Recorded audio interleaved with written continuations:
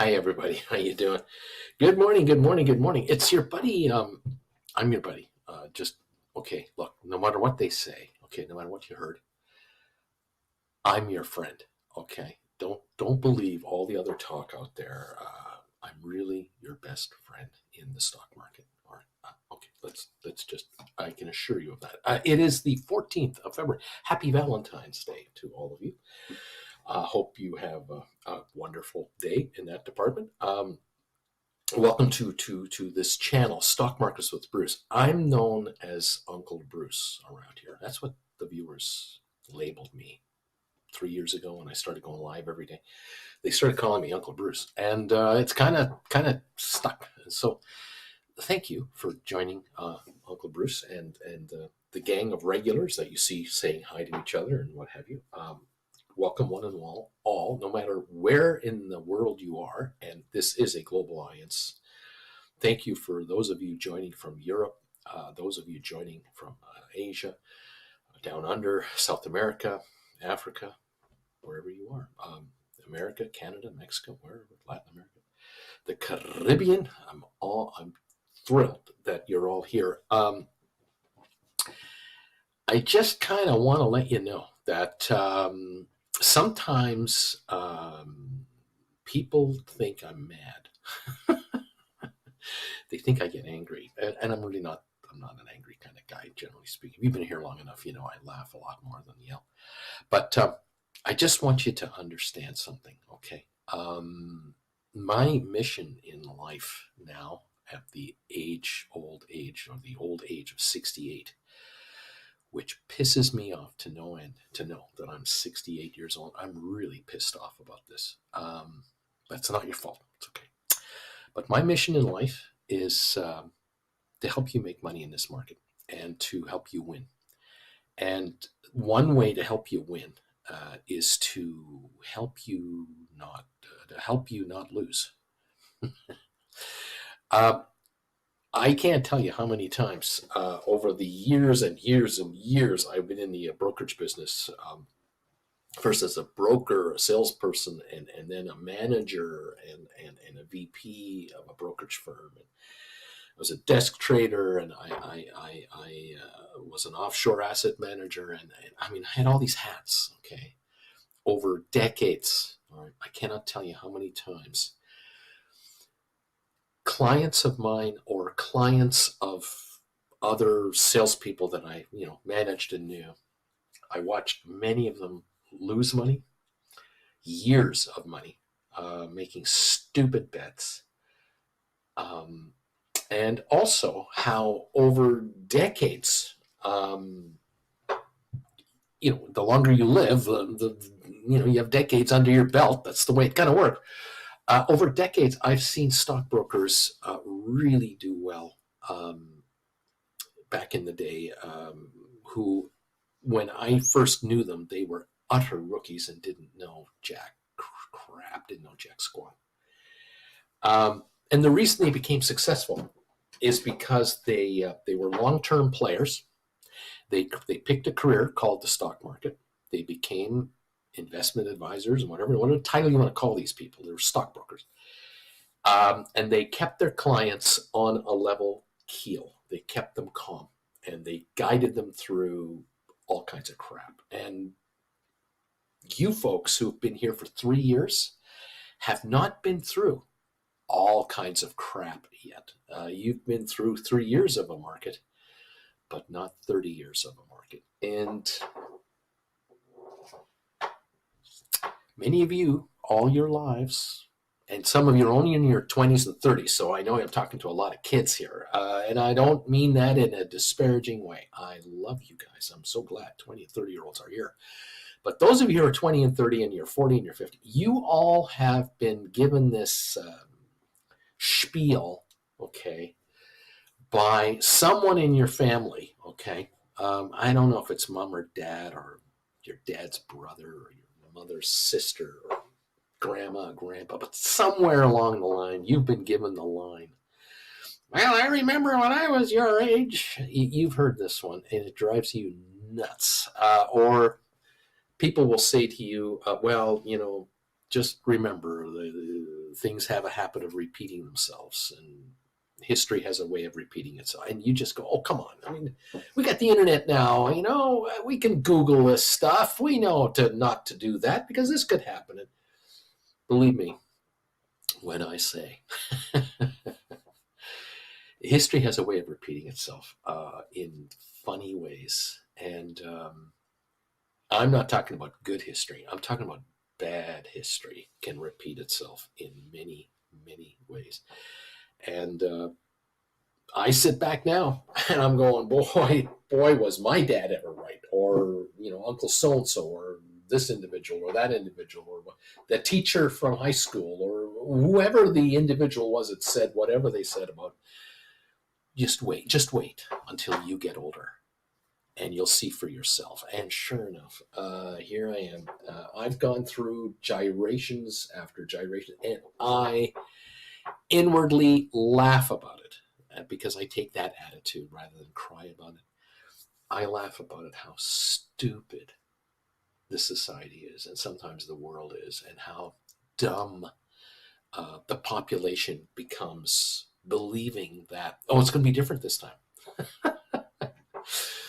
I watch world news, as you know. I follow all kinds of developments out there, and I see countries going through dictatorships again and again and again. And this dictator is going to be the one to solve all our problems.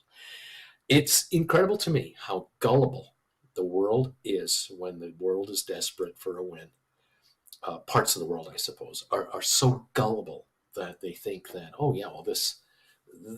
our tyrant is the best tyrant and will take good care of us. And time again, they get led down the garden path, and it's all disappointment. It doesn't work out. Again, I just laugh because as a kid, I studied history when I was, like you. I went to school and we took history, grade 6, 7, 8, 9, whatever grades we were in. And you read about, in my youth, in my, 60, it was the 1960s when I was a kid.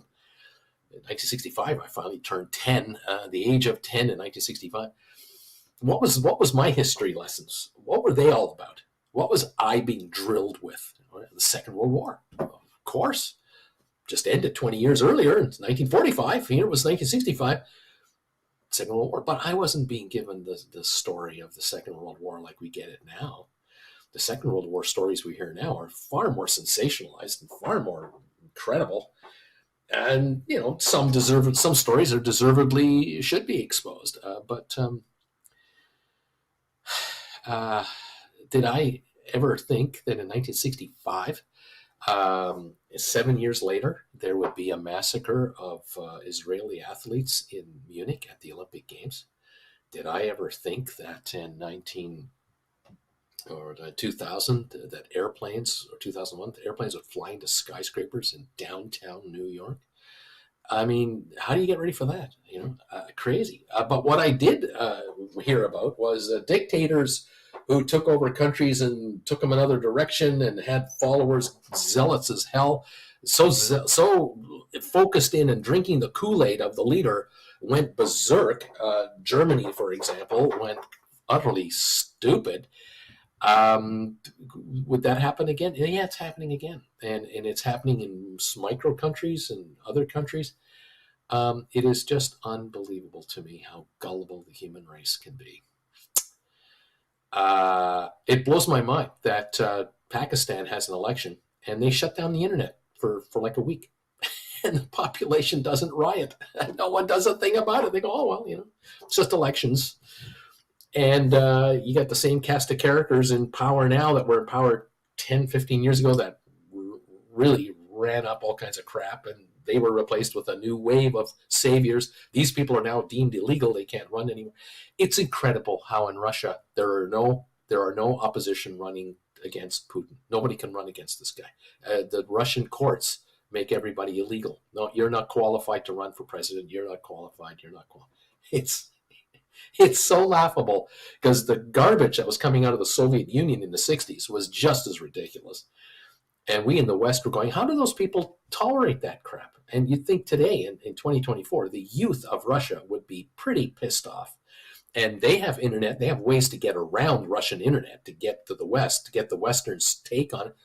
Nothing changes.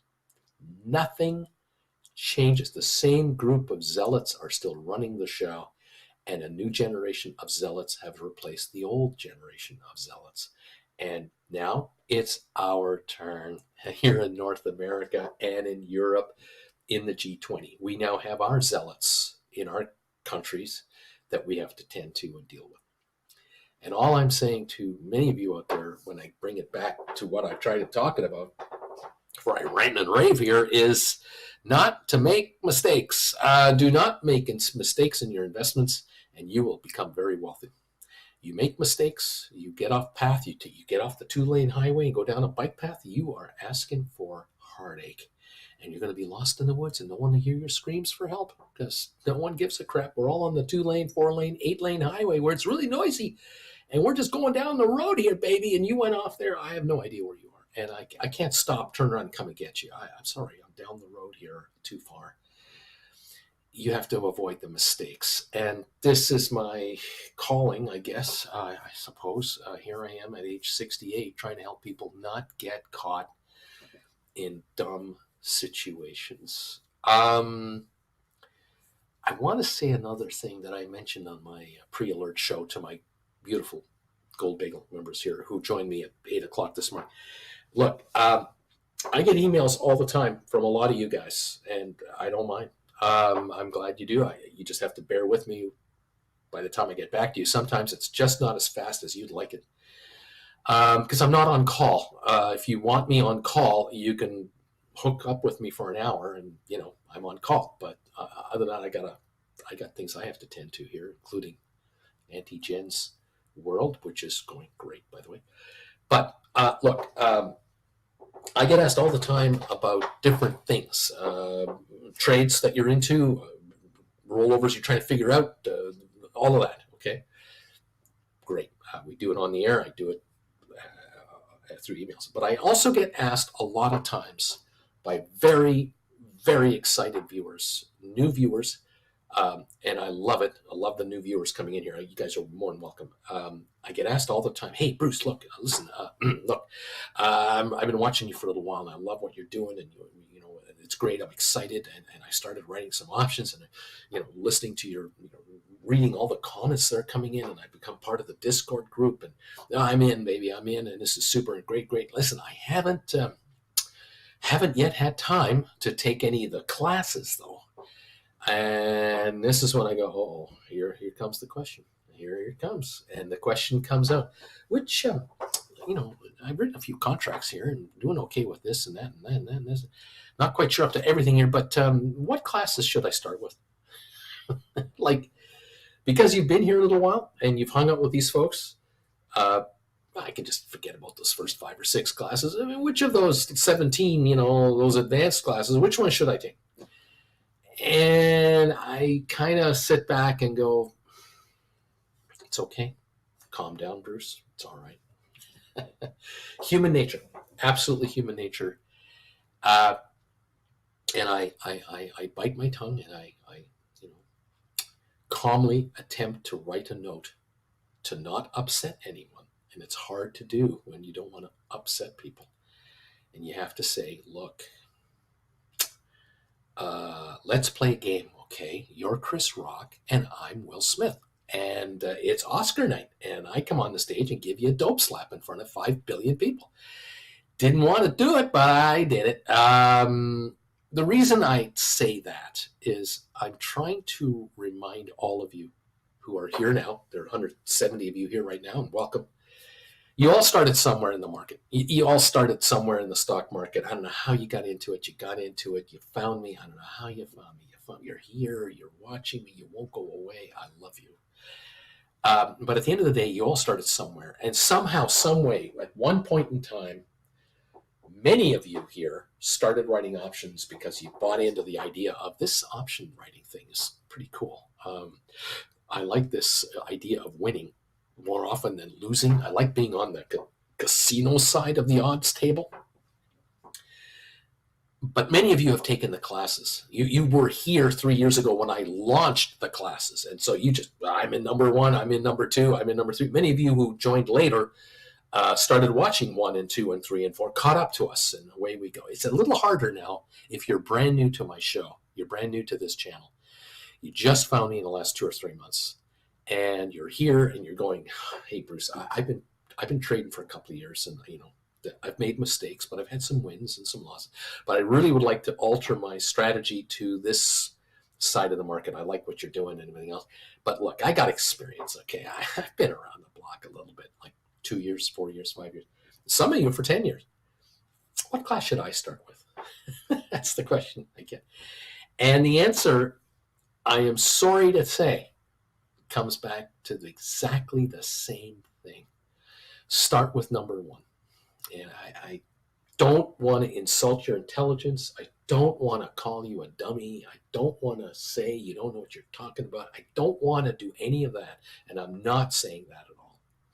What I'm saying to all of you out there is the reason I started with class number one and then number 2 and 3 and numbered them. I didn't just put titles on them and now you've got to guess which is the one he did first and which is the one he did last. I numbered them on purpose because I am adding knowledge on top of each class going forward. And I am taking viewers and students, I'm taking students and viewers down the path of this option writing business, one lesson at a time. We've done 17 so far. There will likely be, I don't know how many more, 23 more. There'll be 50 one day. I don't know. I don't know where it ends. I haven't got a clue. But so far we're at 17, and there will be an 18 and a 19. You got to start with number one. You got to look at this channel. Okay, it's hosted by a guy who's 68 years old, who hates it, but is 68. A ton of experience. Went through all kinds of hell on earth stories and hell on earth moments in the investment business, and here he is. And he still has the wherewithal to be on the air and talk to you Monday to Friday when we're trading about what's going on in plain English. And I've done these classes because I don't want to have to explain to all of you every single day what a call option is and what a put option is and what happens here, what happens here. That's why newbies who come in here going, whoa, I can't understand what he's saying. It's plain English, but boy, I'm a little lost here. That's why these classes exist. Is it a money grab? Is it a sinister way for me to steal money from innocent people who don't know any better? There are those who claim that's what's going on here. For 3 years, this son of a bitch has been stealing money from people who don't know better. Well, there's always cynics, okay? I had cynics when I was a broker. I had clients who, were clients of mine, and they had a drink with a friend of theirs one night, and their friend told them all stockbrokers are crooks. And for 2 weeks, I couldn't get a return phone call from certain clients. And I go, what's wrong with you guys? And finally, I'd get to the bottom of it. Sometimes I could save the relationship. Other times, they didn't know me well enough, and they went to another broker. Or I had clients who wanted action, baby. Bruce, I want the hot stock of the day. Give me the hot pick of the day. Just give me the hot pick of the day. It's what I want. It's what I want. I don't want to be an investor. I want to be a trader. Well, I'm not that kind of broker. I'm sorry. You'll have to go to another broker. Those people eventually lost it all. And they went with brokers who lost it all for their clients because they were traders too. And, 20 years later, 30 years later, I bump into someone on the sidewalk in downtown Calgary and go, hey, Barry, Jerry, Gary, Fred, but a former stockbroker I used to work with at a firm in the 1980s. How you doing? I just retired last year. Doing great. Still married. Same gal. 3 kids. 5 grandkids. It's great. There you go. Winner. Took the clients with him all the way down the road through a nice long career. I can't find brokers. I couldn't find brokers within a year or two that left the business after only 2 or 3 years. Can't find these guys. Can't find them anywhere. Never hear about them. Nobody knows where they are. Occasionally, I'll hear from a broker who knows someone who knows. Oh, that guy. Oh, yeah, he went into car sales, in Red Deer, Alberta, 100 miles from here, and then he moved to Chatham, Ontario, 2,000 miles east, looking for the win, looking for the big payoff, looking for the big, what. He'll never find it and lose track. It's the way it is. Look, you want to become successful as an investor, you can't make mistakes. You're going to get wins, but you're got to not have losses. And if you want to be a consistent winner, you want to make money, you have to make money consistently. And if you want to make money consistently in the option writing business, you become a decent option writer. And if you want to quit your day job and be self-employed as an asset manager, you're going to become good at it. And there are hard things to do sometimes as an asset manager. And this is the thing that some of you are having trouble getting over, which is understandable to me. I get it. It's hard to manage your assets because it is a reflection of your decision-making from a week ago, a month ago, 3 months ago, that might not be working out the way you thought it was to where it is. And you have to admit that one isn't working the way I thought it would work. But like Uncle Bruce says, there's a solution to every problem. In the option writing business, I have a secret weapon that bails me out of problems. It's called using the clock to my advantage. I have the clock. The clock is magnificent, a magnificent tool to make money with if you use it properly. And there are times where you have to do two things. You have to use your secret weapon and you have to admit defeat. Or you have to use your secret weapon and admit an adjustment is necessary to avoid a loss, and I got to get over myself. And many of you can't do it. Many of you just I hate to do that, Bruce, because that means I'm admitting to myself I'm not perfect. God damn it, I thought it was perfect. You're not. Neither am I. None of us are perfect. The sooner you admit to that, the quicker you're going to win. Because you've got to be adjustable. You've got to be flexible with this market. The market isn't going to wait for you, and it's not going to be nice to you every day. There are times the market's going to love you, and there are times the market's going to hate you because you are on the wrong side of the market temporarily, for the week, for the day, the month, or for a year or two, which might be too long a time for you to win. So you've got to adjust. You got to go with the times. Class number 1, class number 2, class number 3, get with the program. That's why they're numbered. Okay, I'm not mad. I'm not angry. I'm just trying to give you the Will Smith dope slap to say, look, I know some of you guys think you're really smart, and you are. There are people who watch this show who have 10 times the brain power I have.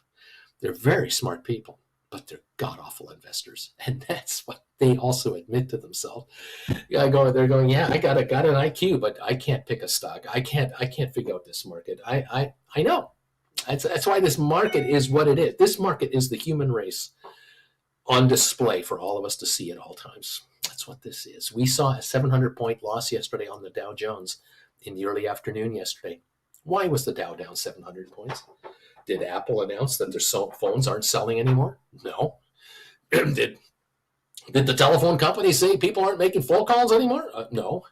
Did the bread baking companies say people are stopping eating sandwiches? No. The end of the world? No. Greed, fear, over expectations, mistakes came to the fore. And what did we see yesterday? We saw sellouts. We saw people getting their butts handed to them by their brokers. Why? Because their brokers are saying, look, you have a $50,000 account with us, and you got 120 grand worth of stock, and you owe us $70,000 on only a $100,000 account right now. You owe us more than what we can lend you. We have to reduce your holdings to get you back in line because you wouldn't do it because you're too proud, you're too full of yourself, you won't admit that you're a moron, whatever. We don't care.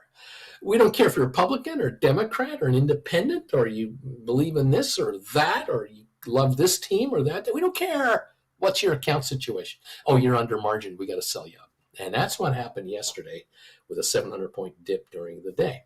We recovered a little bit. Yeah. A little bit. And now we're up 118 points in the pre-market, which is, it ain't coming back. We're still down from yesterday. Okay. You got to buy into it. You got to allow it to happen. You have to accept markets doing what they do because they're never wrong. The markets are never wrong. They're right. Sometimes we're on the right side of it. Sometimes we're on the wrong side of it. Sometimes we have to adjust ourselves to get on the right side of it. And we have to swallow our pride, swallow our frustration, and just realize, hey, this is a living organism that we're trying to feed off of here. And sometimes it moves on us. Feeding time isn't so simple as it was last time. That's all. It's nothing personal. It's not a reflection on you or anything else. All right. Welcome to the party, pal. The sooner you buy into it, the more you'll go, okay, I get it. All right. Yeah. When I had that day job, there were good days and there were bad days and there were good years and bad years. Oh, yeah. Yeah. Well, it's the same here. There's good times, bad times, and there's frustration, and then there's elation. It's all in one. Welcome to this world. But if you play your cards right, and if you play your cards properly, you become a true casino and manager of your casino assets. There are times where you're going to shut a slot machine down because it's not performing, and you're going to rejigger it in the back room and then bring it back to the casino floor and place it back in the middle of the floor with a whole new game. It's a whole new bonus round, a whole new payoff structure, and away you go. That is called writing new contracts, rolling over old ones into new ones, and away we go. It's investing, investing, investing, and managing. If I can get you there, I got you through the finish line. I am doing what I feel I should be doing, because at this age, I don't know how long I've got to still be here. I could have a stroke tonight and not be on the air anymore tomorrow. I don't know. I feel great, by the way. I feel fantastic. I love being here. I love doing this. But I got to tell you, kids, there's a limited time offer on the table here for you to take this knowledge from me. While I can give it, you can get it.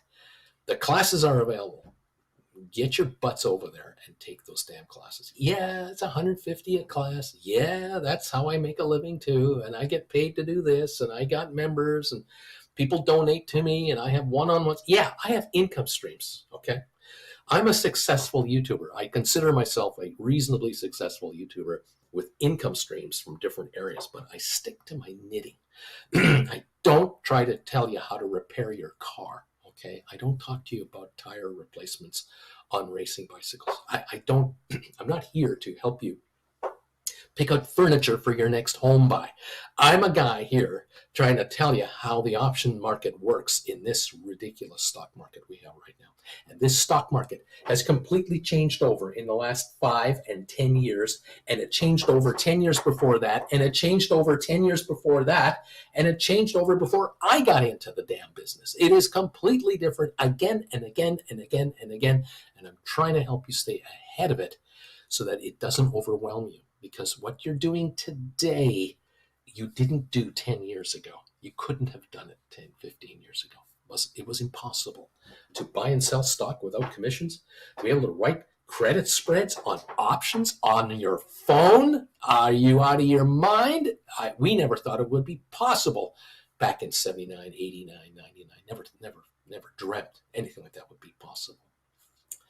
Welcome to the party, kids. I'm really glad you're here. And it's time to get your fair share of the loot.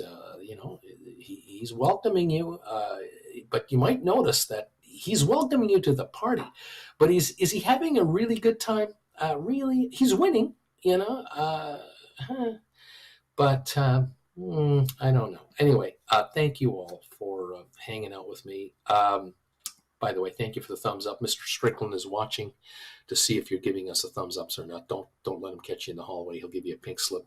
And don't, for God's sake, think you're some kind of a white knight, crusader, and you don't have to worry about the rules, because these guys are in the forest waiting for you. The Knights of Ni are just waiting to bring you down to earth. Do not upset the Knights of Ni. You're just kidding yourself. Be careful out there. Just one thing. Knowledge is the key here. Know more than your enemy does. If you have more knowledge than your enemy, you have a better understanding of the market. You're not going to be like this doofus over here. You don't have to worry about, making like a tree and leave. You don't have to worry about this guy. You're going to be just fine. But class number 1, number 2, number 3, it's a college course, 17 classes long. If you can take a class a week, in 17 weeks, you'll have caught us. If you can do 2 classes a week, one Saturday, one Sunday, 8.5 weeks, 2 months, you'll have caught all of us in the class section, and you can rewatch them anytime you want. Take it seriously and make it your life's mission to become a smarter trader, more aware of what the hell's going on and understanding the psychology of this market that we're in right now. Because not only has it changed in the last 10 years for me and for yourself, it's changed the last 10 years for everyone around the world. There are investors, and I'm using that term loosely, there are people coming into the stock market today that have never had the opportunity to come into the stock market, ever, wherever they're from. I'm talking about people outside America, outside North America, outside the G20. There are billions of people being given the opportunity to come into this market for the first time in any generation of their existence, okay? Third world, yeah. And there are trillions and trillions and trillions of dollars coming into this market and will continue to come into this market to look for a place where they can buy and sell and try to make a buck themselves, okay?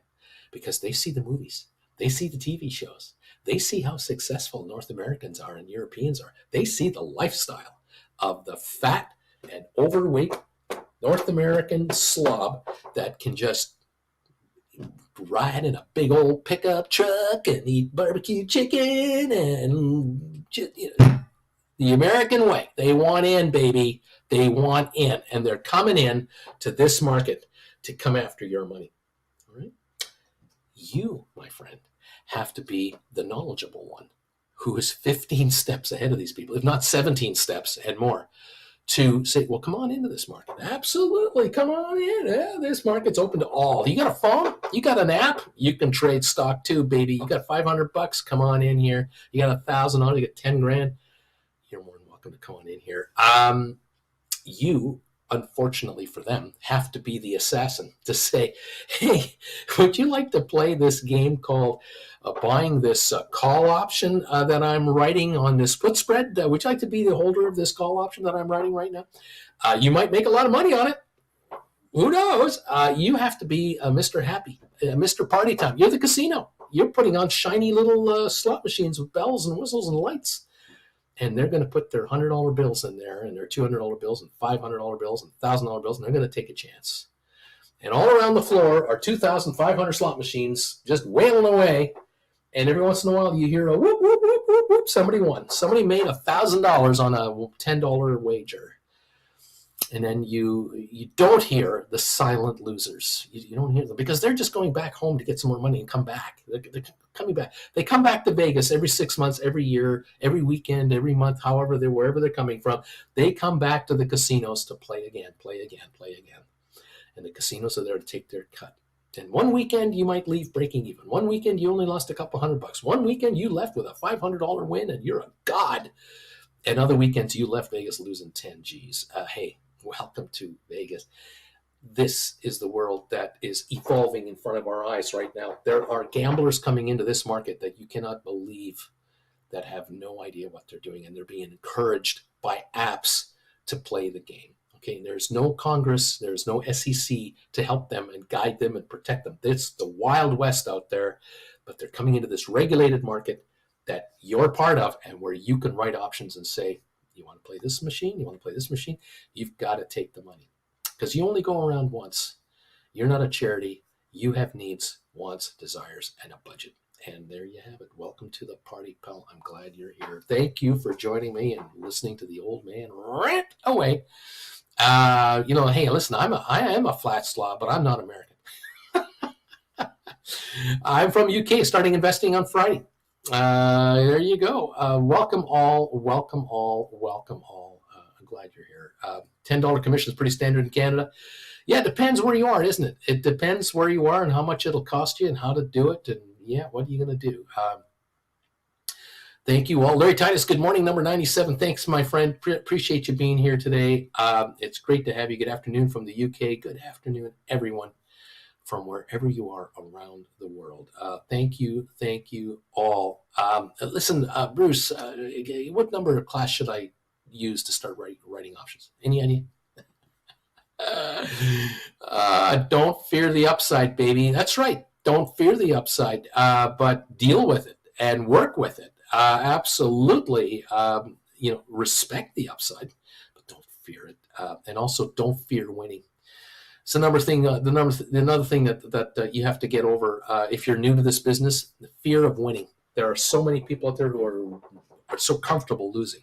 They just it's that old familiar feeling of, oh God, I got kicked in the ass again. Oh well, gee, but they're used to it. It's what's always happened to them. People who win the lottery are completely confused. People who win that big fat check they hold in front of the camera at the press conference, they're a mess. They're an absolute mess. They have no idea what to do with that money. They have no idea what to do with that power. They have no idea what to do with that adulation that's coming their way. They certainly have no idea how to handle their friends and relatives now, because their friends and relatives can't handle themselves. They act differently around a winner. You may be finding that for some of you out there on this option writing binge that you're on with me, you've been doing this for a couple of years and you're making money doing what you're doing. And you may have noticed there's a slight change in how some of your friends or associates act around you. You might have noticed just little tiny things are just different than before, because you are coming off as a winner. They're respecting you as a winner, and they think you have some kind of some lightning bolt hit you out of nowhere to give you this incredible whatever.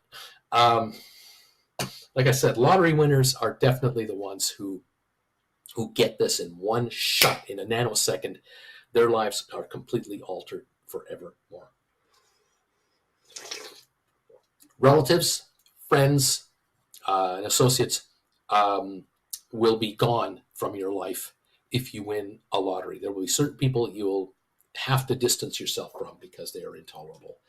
Others will become leeches and will cling to you, just will never want to let you go. You have to deal with whatever you have to deal with when that time happens, if it ever happens. If you're an option writer, you're just making money on a consistent basis.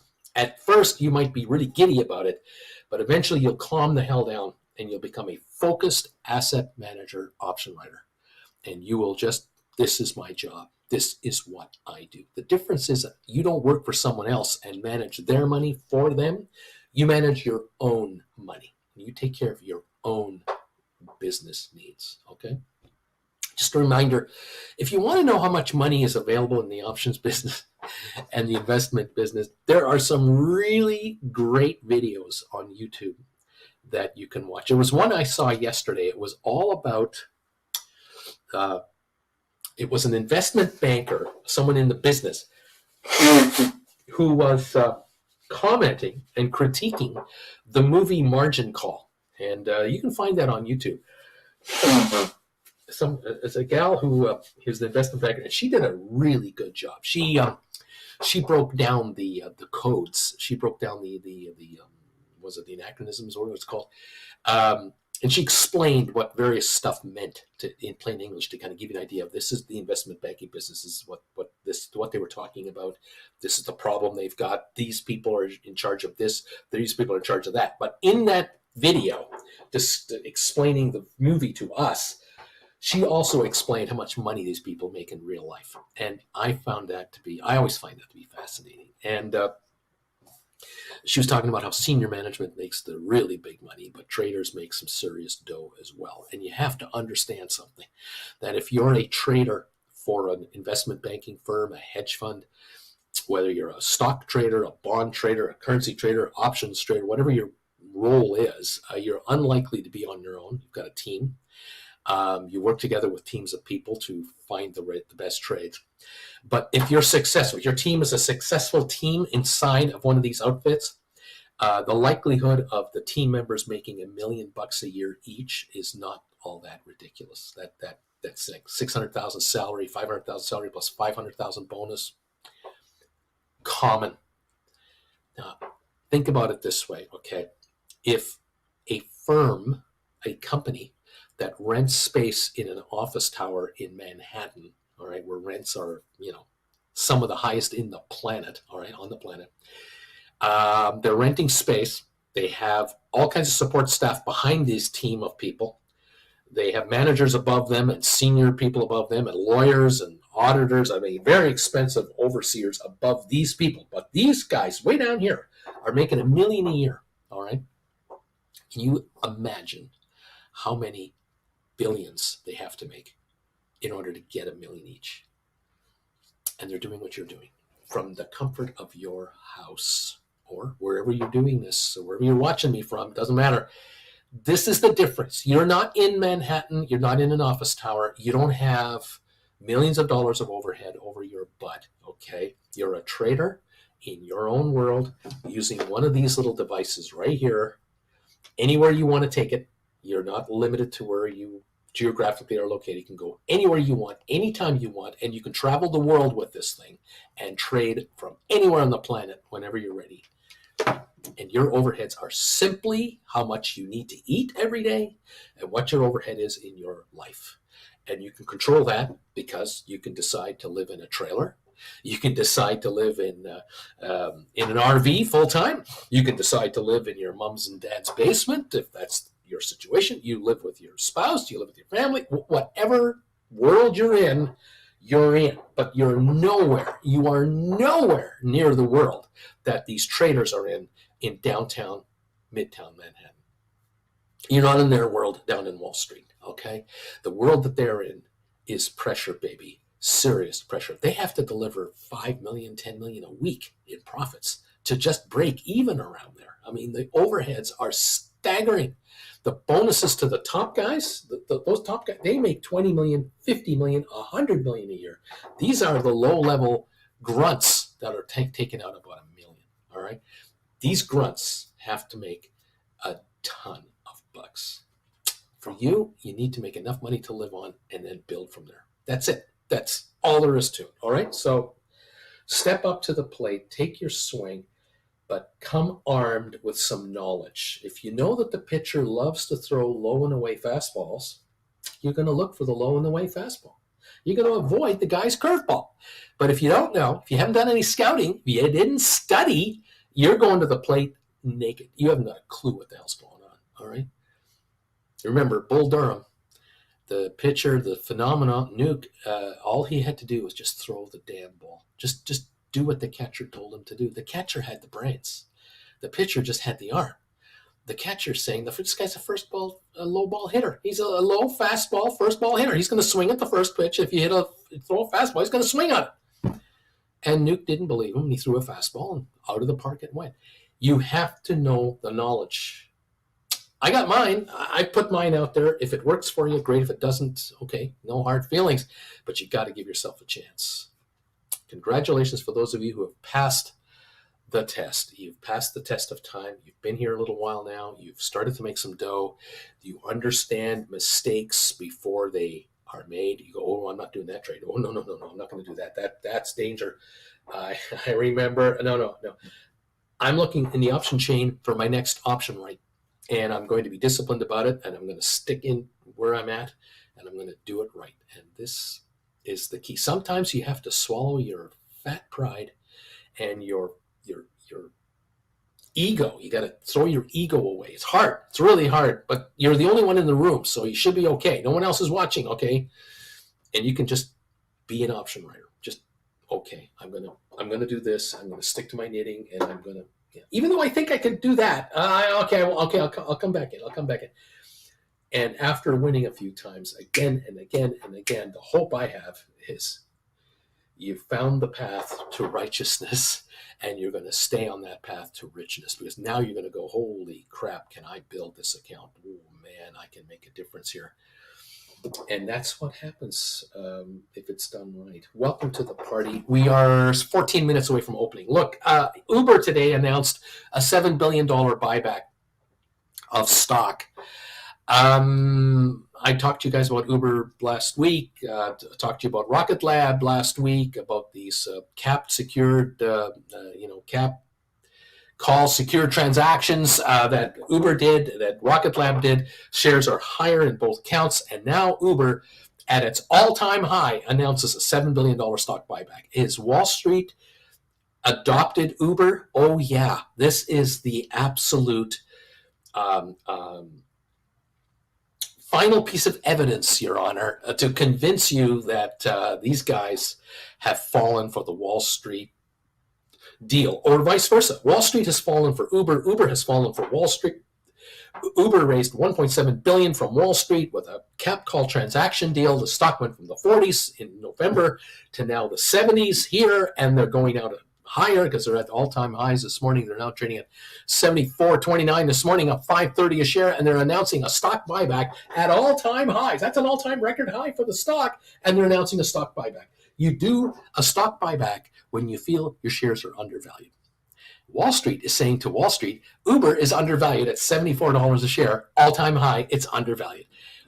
Only Wall Street can get away with that and make that seem, oh, that makes sense. Where I'm on the outside going, are you kidding me? This is stupid. You don't buy stock back at all-time highs. You buy stock back at all-time lows. You buy stock when stock gets crushed unfairly, or you got caught in a drift of some kind, interest rates got raised, COVID broke out. So that's when you do stock buybacks. You don't do them at all-time highs, but they're doing it at all-time highs because Wall Street needs the stock to go to 95 to 100 a share. They need it to go there, and it's going to go there, and that's what they're doing. Now, Rocket Lab has to go to 657. Rocket Lab has to go to 657 or higher to get their deal done, okay? It has to happen, and so it will. And there will be all kinds of press coming out on Rocket Lab from places you never thought possible, like Citibank making it a buy. Citibank? Rocket Lab? What? Who? How? I never knew they even knew the symbol. Incredible. We're up 11, 12 cents on Rocket Lab this morning, back to 455.56. SoFi's up 16 cents. They announced the deal with the NBA yesterday. The worst timing in the world, but what are you going to do? They didn't know on the Tuesday the market would tank when they announced their NBA deal, but it happened. It's okay. SoFi has just said to me, I get it. I'm reading between the lines. I'm going, holy crap. They are the official bank of the NBA. The demographic of NBA fans, can you afford to go to an NBA game in your hometown? How much are tickets to the Knicks? They suck. How much are tickets to the Knicks? How much are tickets to the Celtics or to any other team? It's a fortune. You want to watch all your favorite basketball teams' games? You got to buy a TV package. You can't. You don't. You know, it used to be free on network television. Not so free anymore. The NBA is a big money league. Okay. Filled with fans with cash. Not that every single fan of the NBA is a rich, very well-to-do person. There are many fans of NBA like NFL and everything else, but it's the masses. I'm talking about the masses here. And there are gazillions of NBA fans who are going to become SoFi clients. They're going to become SoFi clients because with $100 and or $500 or a job with a 2-week check every 2 weeks, you can become a SoFi client and get all kinds of perks from SoFi. And now you can support your favorite NBA team, I guess, by being a client of SoFi. SoFi is going to attract millions of new accounts because of this. Millions of new accounts. And it's going to start immediately. Immediately. The market, clueless, completely oblivious to it. But it's the real deal. And this is another stone in the wall to fortify the wall of legitimacy, I guess, that SoFi is building. They make money now. Now they're the official banker of the NBA. They are a chartered bank. They're bringing in deposit money like crazy. They're rising up the rankings of banks. They're just proving themselves. They're just systematically proving themselves. All the other fintech banks, all the others, none of them are the official banker of the NBA. Just SoFi is the official banker of the NBA. Wells Fargo isn't the official banker. Bank of America isn't the official, but SoFi is.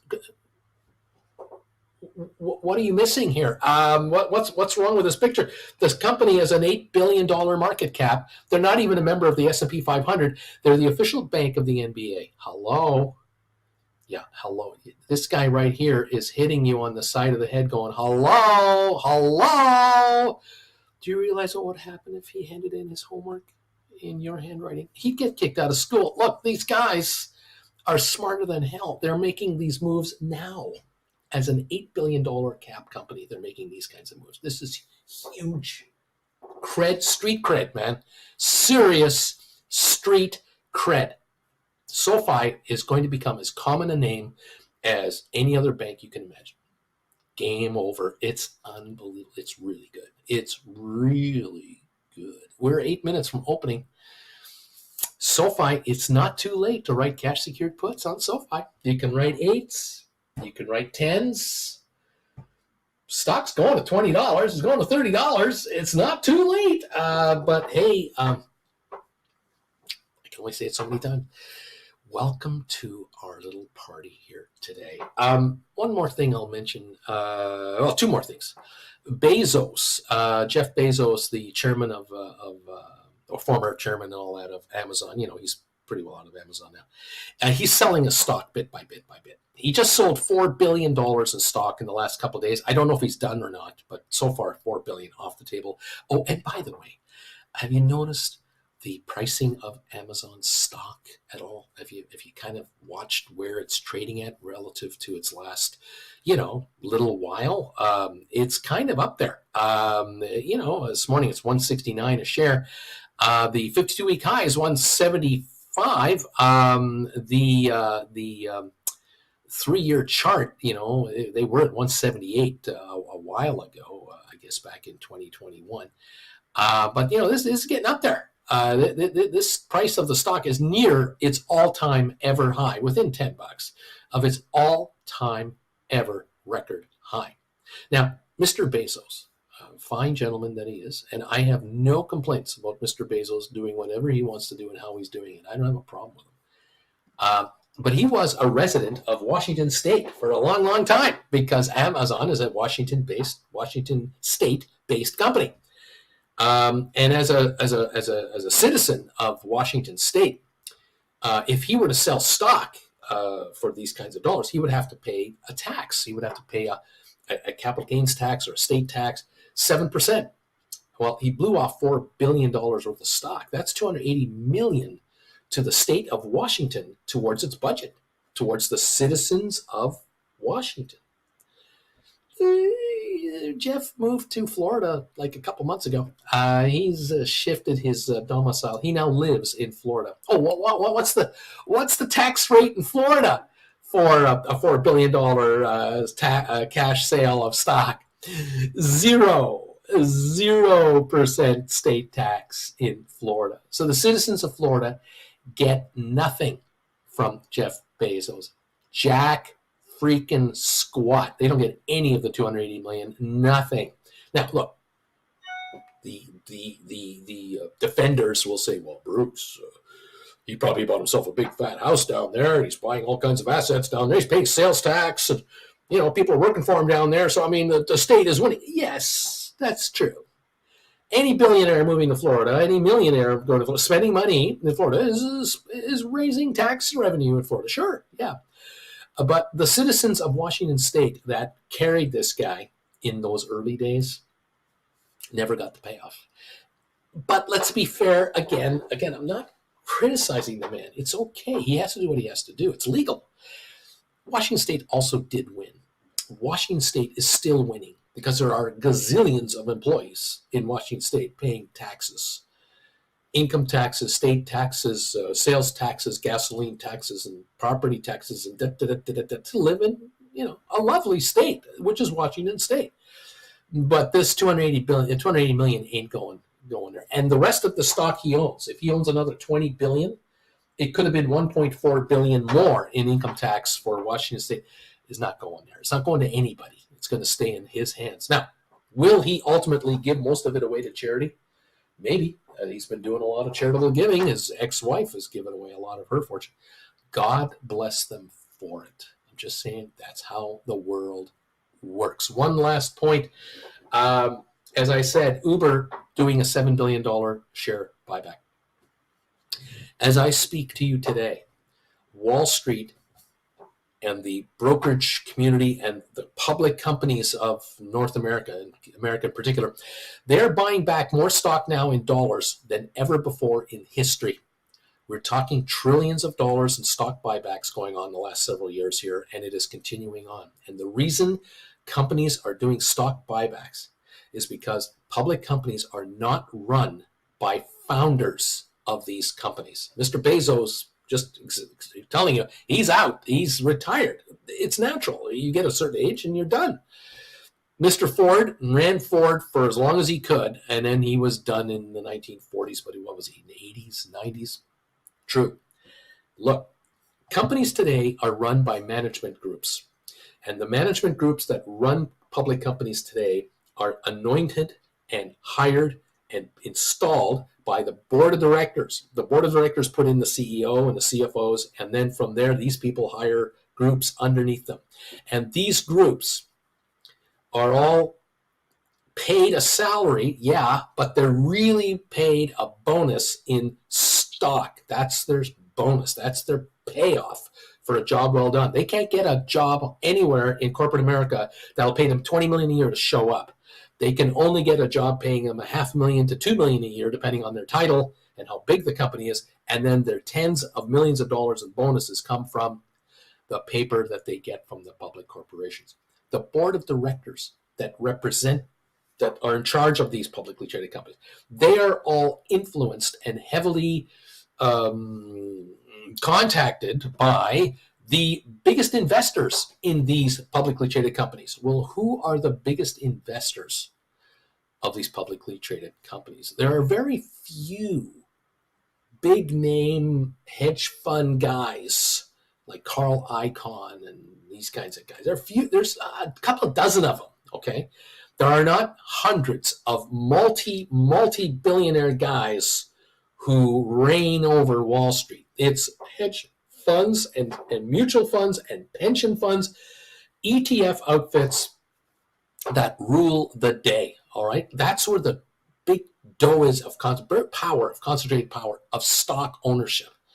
And so just the other day, I heard that Sofi, there's a declaration that one of the hedge funds that owns SoFi own more shares of the fund of SoFi, the shares of SoFi. It's a hedge fund. These are the folks that talk to the boards of directors and say, you got to get the right CEO in there. You got to get the right CFO in there. We got to get the right people at the top. And we need to get them thinking on behalf of the shareholders. Well, that's them. These are the guys. They're shareholders telling the board to get people in there to make them richer. We want the stock to go up. And so we want to institute stock buybacks. We want a reason for analysts to tell the world to buy the stock. That's what's going on here. And it's not always the right time to buy stock at all-time highs. One last point. It used to be in the old days that to defend your stock price, all you had to do was raise your dividend. That's all you had to do. If your dividend payout is higher than the 10-year Treasury note that the United States government is offering you, you don't have to worry about your stock price. No one will complain. You're getting 4.5%, 5% dividend return on your stock. Institutions like pension funds and hedge funds and mutual funds just sit there and go, I'll take the 5%. Thank you very much. And if the rates go up to 6%, these guys raise their dividend to 6.5%. Fabulous. These guys can make money in any interest rate environment. Great management. Give them stock options, but we want to see yield performance. Those days are over. We're not getting that. It's all about capital gains because the biggest shareholders out there are owning their stock outside the United States where there are no capital gains taxes. So they want the stock to go up in price so they can leverage up and hedge up their investments and lock in huge multi-trillion-dollar gains on their portfolios, tax-free offshore. Welcome to the party, everybody. I'm glad you're here. The markets are open. Larry, thank you for hitting it. I'm glad you're doing it for us. Welcome all to the show. And let's get richer, guys. Come on in. Thank you for the taking classes. Thanks for the thumbs ups. Thank you for joining this channel as a viewer. Thank you for joining this channel as a as a member, as a subscriber to this channel.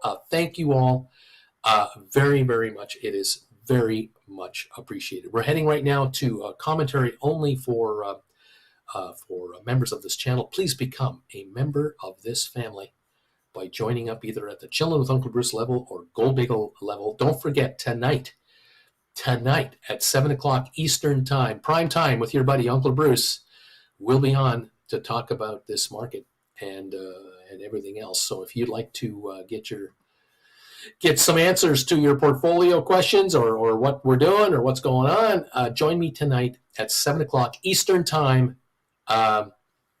as a follower of this channel, being a Gold Bagel member. Thank you all so very much. The thumbs up count is sitting at 132. Thank you all for 132 thumbs ups today. It is much appreciated. All right, guys, there you go. Time to read some comments and see what you guys are asking me. I've been ranting and raving long enough. Doing the best I can with what I've got. Thank you all for being here. Love you guys. All right. What do we got? Good morning from Juan. Mandu. Gasp. Neat. A white feather stink bid on an NVIDIA put spread I wrote yesterday. Just filled. Thank you very much. Well done, sir. And Shane, my portfolio is up 1,100% the last 3 years. I'm probably a minority in that one. Congrats. What else? What else is going on here? Thank you, Larry. We're ready to roll. JR is happy we're here. Bruce Anderson, John Anderson, Bruce, sold to open a put yesterday for 8XOM at 130. Received 27 for it, so it's 103. I've never had a put go that fast. I thought I did something wrong. Evidently, I didn't. Weird. Thanks, Bruce. So sold to open a put yesterday for 8XOM. Sold to open. And so it's 103 going that fast. I'm okay. Why am I confused here? Because if you wrote the put, you sold it, right? The put now is in the money. It's gone up in value, right? You're not. Are you short this thing? Are you long? What's going on? Why am I missing this? Am I just getting old and losing it? I don't know. Anyway, anybody can help me out on that. I appreciate it. Okay. What else is going on? Welcome. And Shane says, I sold my Spire for Sofi. They're just way more clear and transparent to their investors. Sold my GameStop too for the same thing. Shane, just do what you got to do, man. You just do what you got to do. It's okay. Thank you all. Yeah, look, John, you're right. You make a good point, John. Spire has almost no stock out there. That's right. 20 million? If that. Yeah, they don't need to earn a lot of money to make a lot of money per share. I'm with you on that, sir. What can I say? Thank you all. And David R., do you think SoFi can go to $15 or can jump $5 in one day before 2025? Well, what? Any stock can do anything in one day, anytime. You want me to go on the record so that you can come back at me 2.5 years from now and say, you promised me. I get those kinds of viewers. They're out there. You said in 2021 that SPACs were the greatest investment. I never said the greatest. Okay. You said that this. Okay, relax, Chester. Jeez, calm the hell down, Bruce. Marcus, I'm number 140, Bruce, just so you know. Just don't upset you, but I'm the number 140. Thumbs up. Thank you very much. Thank you, everybody. This coffee's pretty good. This coffee's working. I like it. Welcome to the party, everybody. Welcome to the show, the channel, where I hope your hopes, dreams, wishes, and aspirations come true. Just stay the path, everybody. Just stay focused on what you're all about. And thank you all for your support of this YouTuber. It is much appreciated. Congratulations to David, to Martha. You know who you are. James, to Douglas, Sven. Congratulations to Earl, Elaine, to Scott, to I like first names here. Patrick, way to go. All of you guys. There are many more here. Gina, David, Jonas, Melvin, Gavin. Congratulations to all of you, class buyers. You've been picking up classes the last little while, and some of you have been picking up multiples. So you're really serious. You're not kidding. You're coming in.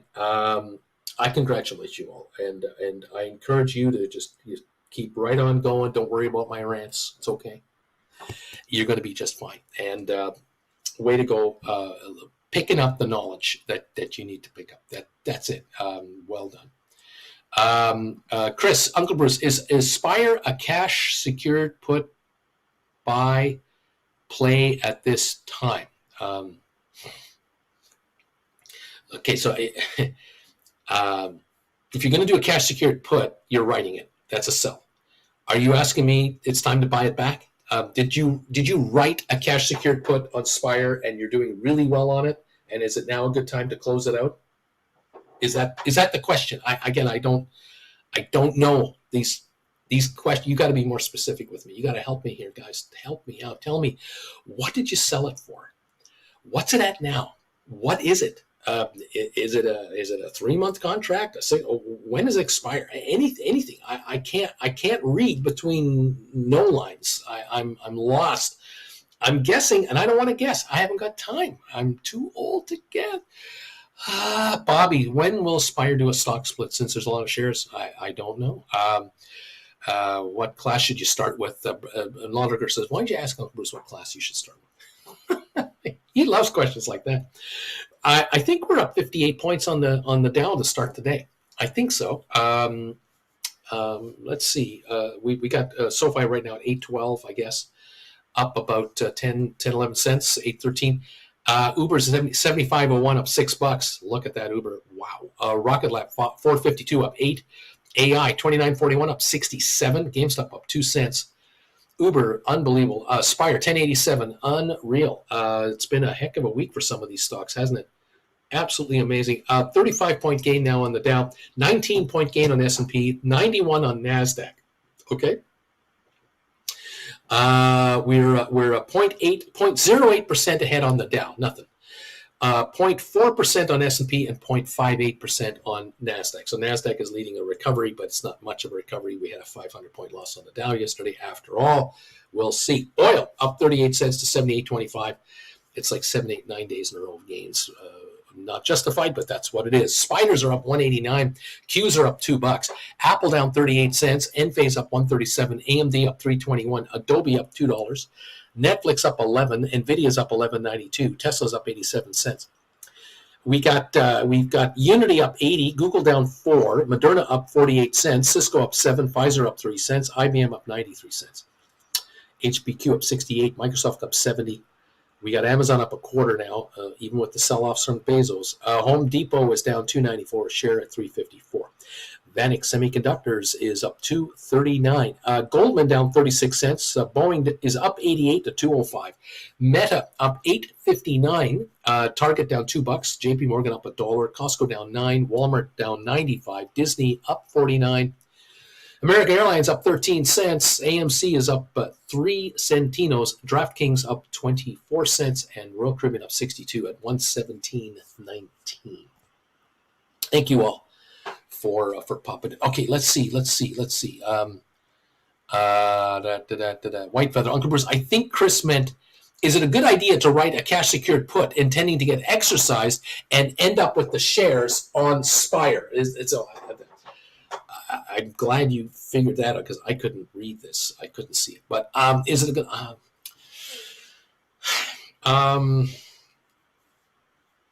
I got a lot of you out there, well, a fair number of you out there who ask me this kind of a question from time to time, or you make a statement something like this from time to time, where you'll say to me, I want to write these put contracts, or I want to write these call contracts, and I want to be exercised. And then I'll just turn around with the wheel strategy and do this and that and this and that. I've never been here to promote the wheel strategy as a thing. Like I'm not a big promoter of that. I can help you deal with it. I can help you deal with getting exercised. I can help you deal with that kind of scenario if it happens to you. But I'm not a proponent of this is the way. This is the way, because it isn't just the way. I like the idea more to be an earner of cash. I really like it when you guys do right strategies, writing strategies where you bring in money and you're going to win on a trade, because that allows you to do many other different things depending on where the market wants to go. Because I don't know, and you don't know, where the market wants to go minute to minute, day to day, week to week. We don't know.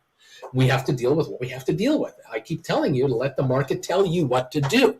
Well, if the market tells you what to do and you don't have any powder, you're kind of useless in that move for now, and you're locked into what you have, or you're going to have to make painful choices that some of you don't want to make to get with the program, with the market going to where it wants to go. So I'm not necessarily a fan of just, I hope I get exercised. I hope. I admit and I agree that if you're writing a call on a stock and it runs up and you do get taken out, you are out there saying to me, you know what, Bruce, look, the stock was doing this. I wrote a call here. The stock went up. I got taken out. And you know what? What I got paid for the stock plus what I've already got paid on the option, I'm ahead of this market, even with the stock where it is. I'm winning. Well, I'm happy for you. But now you need to make your next move. Now, is that going to be an option right on the stock you just got? Or are you just going to dump the stock and now write another series? Again, it's up to you to figure it out. But it's not necessarily the strategy of strategies to dare them to take you out on purpose. You're looking to bring money in. This is why I kind of push you guys and shove you into the corner. Do the right options that are out of the money, or right options with a huge time premium. Get compensated for non-performance. Shrinkage. Get compensated because shrinkage will pay you off. Shrinkage will also protect you against a bad move. If a stock is trading at $30 and you write a 32 and you bring in $3 and the stock goes to 33, you got $3 in your hand plus 32 exercise. That's 35. The stock goes to 33. You're still ahead if you get taken out. But if time goes by, the contract will go down to 2. You got 3 for it. It'll go down to 2 because it's only worth 1. And you win anyway. You still win with a loser. And you're not a loser because your stock went up. It's okay. But you got to get premium on your cash. Always. That's where I'm on your options. Juan, I wrote a cash secured put 75 on Uber, making money now. Interesting. John, Bruce, I sold a cash secured put on that XOM at 130, and I received $27. Someone grabbed it. Now I have 800 shares. Strange, it went that fast, less than 24 hours. So you've paid 103 for the stock net, right? Because you got paid 27 for the 130 contract. Rock and roll. Yeah, it can up. Wasn't it yesterday that we saw NVIDIA? Wasn't NVIDIA down to like 690 for a nanosecond yesterday? It's 734 right now. I think it did that for now. I'm not sure. What did I miss, Novel Lurker? Start with class number 1. I think that's what you missed. My hunch, that's what I think you missed. NVIDIA's up $13 right now. Okay, let's take a look at this market a little more closely. The Dow's up 65. S&P up 27.5, NASDAQ up 108, oil up 51 cents. Spire is 1088 here, up a penny on 2,600 shares because there's so few out there. Uber is up 603 to 7502. The company's announced a stock buyback program. These guys are pumping this thing to 95 for sure. Sofi 822, up 20 cents on 5 million in 16 minutes. Rock and roll. The low was 810. For a moment or two. Now we're at 822. GameStop 1423, up 6 cents. Volume on GameStop this morning 196,000. kind of typical. Rocket Lab, 450 a share, up 6 cents or so on 631,000, and we're near the low of the day. We started at more like 463, but we aren't moving that much there. But it is higher. AI up $1, 29.74. Spiders are up 264. Qs are up 262. Apple down 69.70 cents. Enphase up $1.65. AMD is up 398 to 175. That is a yo-yo stock. I think only 10% of the stock floats. If I'm not mistaken, I don't quote me on that, but I think, am I not right in saying that 90% of AMD is held by SoftBank? That might be the reason why it is so volatile. Again, I might be wrong on this. I don't want to be quoted. Yeah, something's not right. I'm showing 1.6 billion shares outstanding on AMD and 1.6 billion free trading on AMD. So I don't know what to make of it. Only 2.5% is shorted, so there's no short issue here. It's trading at where am I? A PE multiple of 331.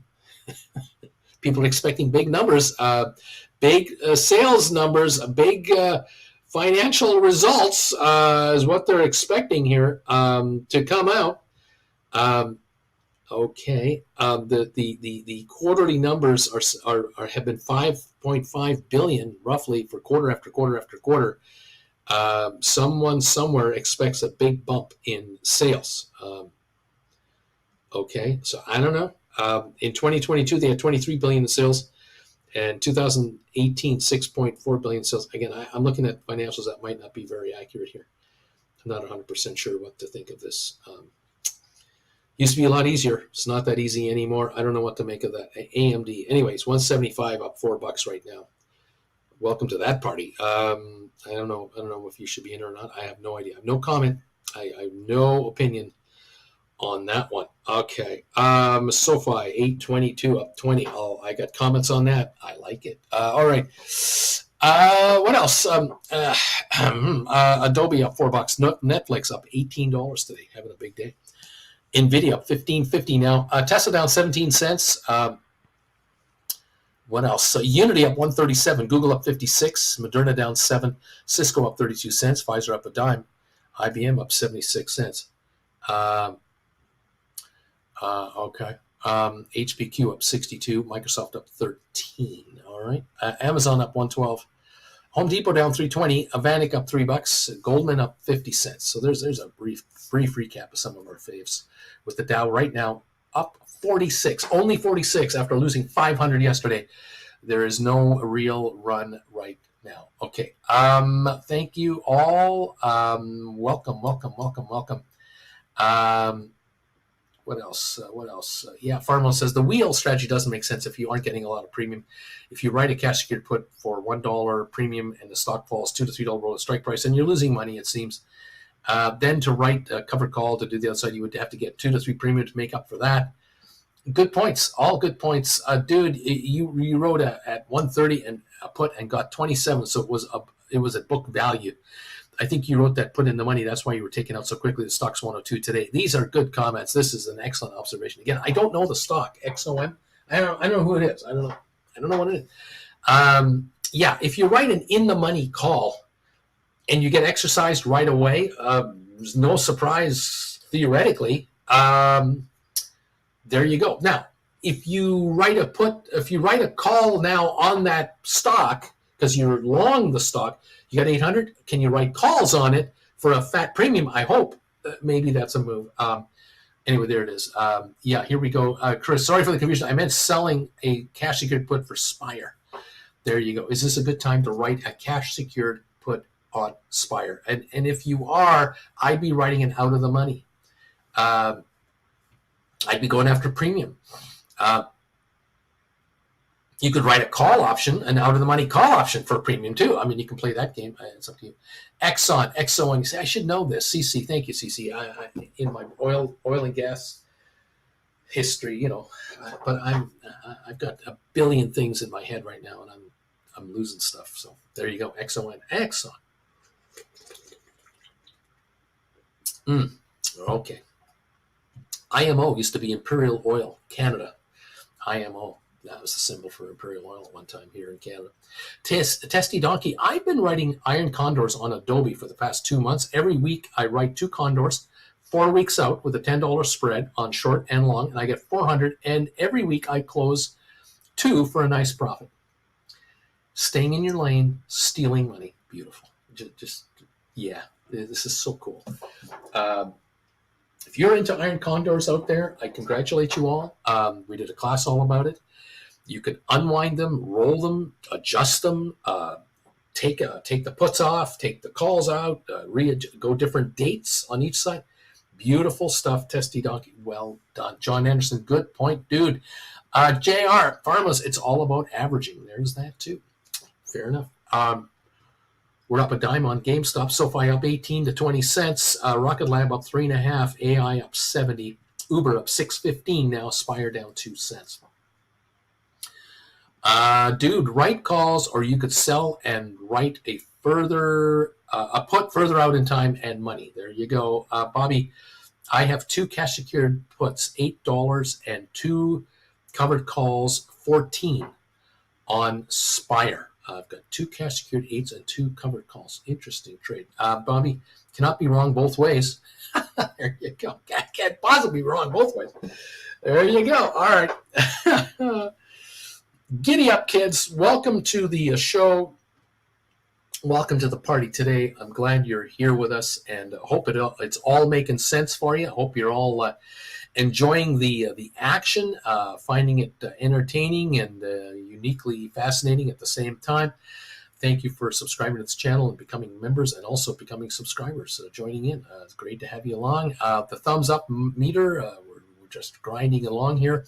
We're now at 148 on the thumbs up count. Thank you, everybody, for helping out with that. Absolutely beautiful. And again, welcome to the party, everyone. We're here to try to guide you along, and hopefully I can help you along the path of just making money, writing options, taking some cash off of the table, because it's on the table, baby. Private jets flew in and out of Vegas last week, and many of them are funded by well-to-do hedge funds that are really writing a lot of contracts. Why not join these kids? Do what they do. They're at 35, 40,000 feet looking down on you going, I wonder what it's like living that kind of lifestyle. Oh, anyway, it's nice being in a $50 million private jet. Okay, where are we going to next? What's the next big event we're going to? What $1,000 a night hotel am I staying at tonight? Boy, I love this game. I don't criticize those people. I love the fact that we see wealth all the time. I love this. We're in a society in Canada, the United States, Europe, where we are able to watch the lifestyles of the very rich and famous. Some are very public, some are very private.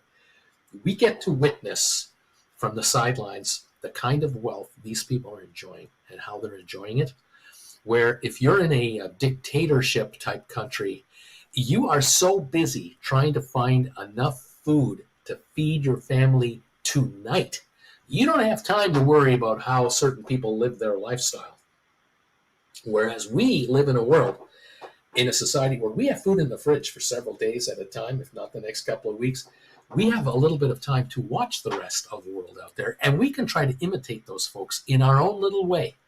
And here on this channel, there are viewers who are imitating the very well-to-do by being option writers. It's as simple as that. There's nothing magical to it. It really isn't magic. It's just discipline and knowledge. And welcome to those of you who've bought into the program and it's working for you. I am stoked for you guys. All righty, giddy up, babe. I've been writing put spreads on Meta. This is dude here. NVIDIA, Netflix, Microsoft, Tesla lately. Been writing put spreads. I go 2-3 months. If the market runs, I roll up. As they get to a month, I make them condors and I widen the spreads.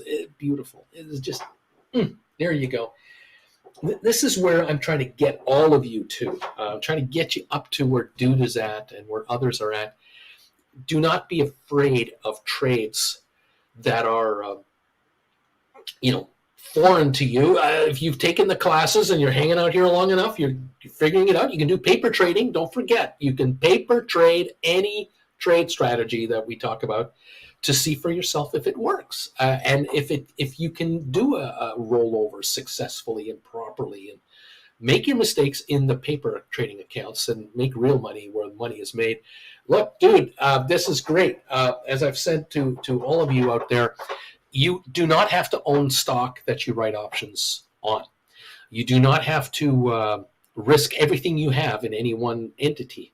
You can write one contract on 5 different stocks at the same time if you want to have 5 different contracts going at the same time to keep you from being bored.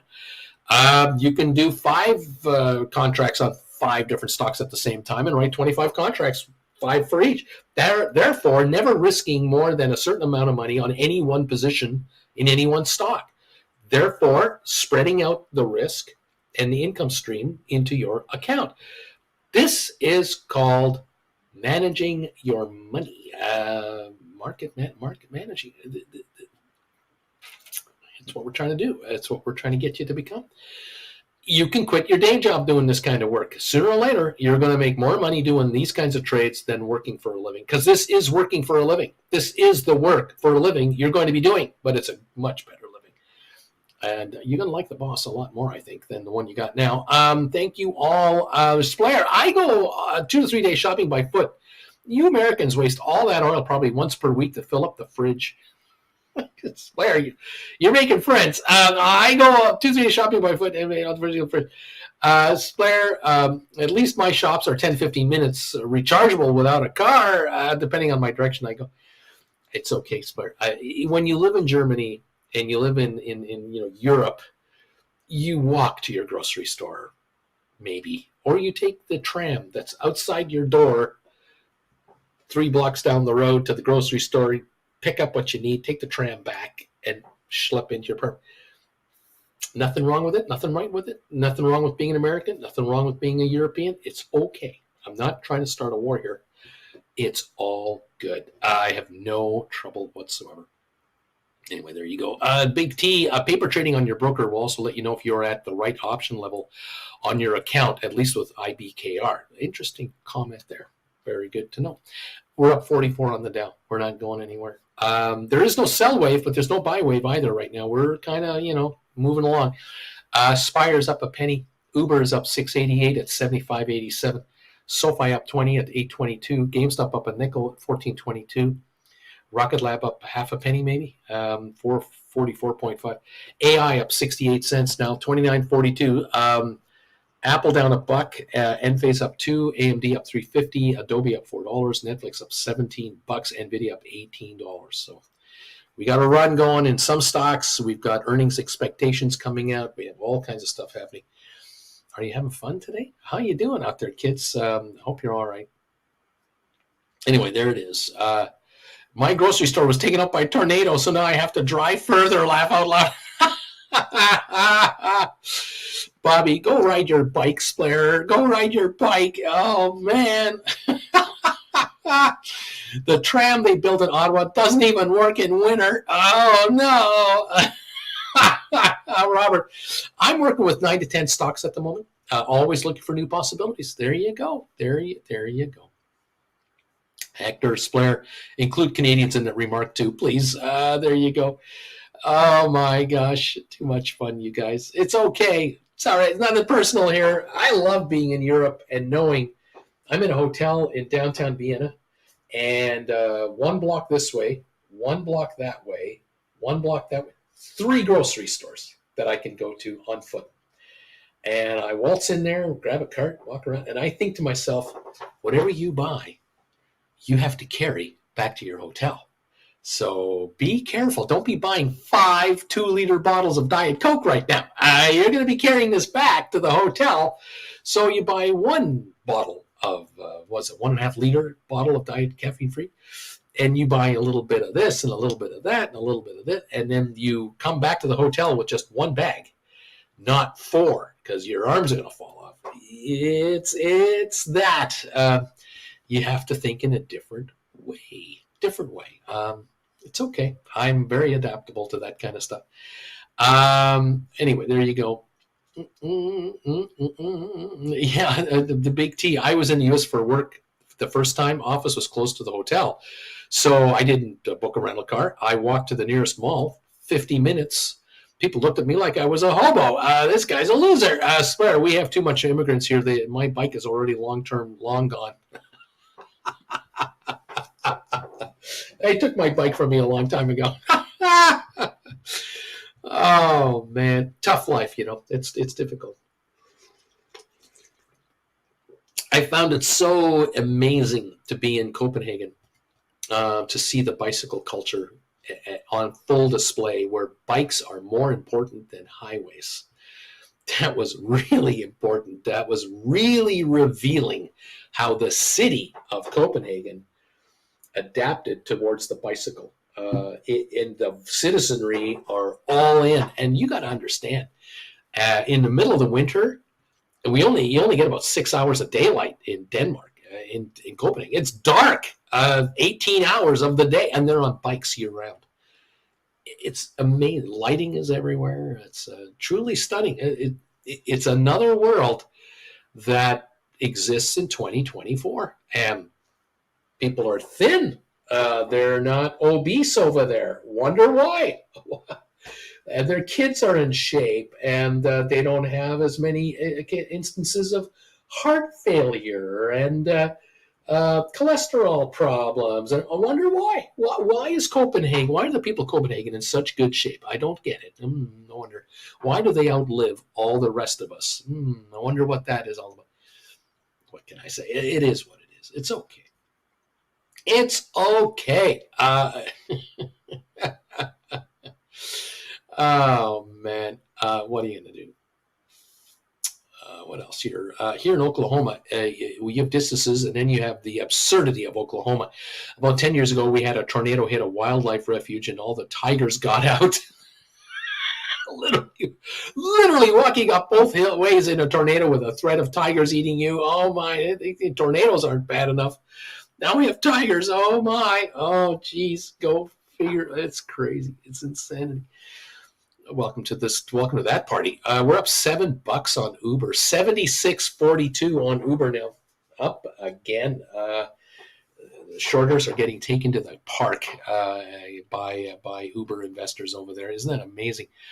Short position on Uber is 60 million shares, 3% of the company. No one dares short Uber. That's right. Wall Street has bought into the program. That's amazing. This thing's going to go into the 90s. No doubt in my mind. No doubt in my mind.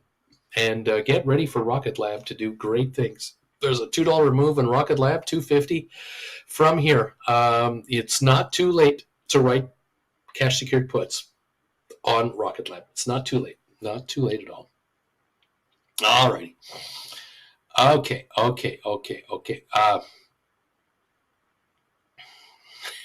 Dude was saying, I went to Germany in Munich. They just leave their bikes outside the subway in huge rows without locks. That was 10 years ago, so many bikes everywhere. What blew me away, and Jen and I were blown away, was in Amsterdam. We were staying in a hotel a couple blocks away from the main rail station, the big one.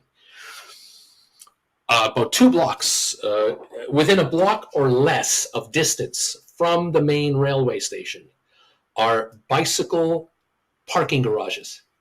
Parking garages for bikes, multi-level.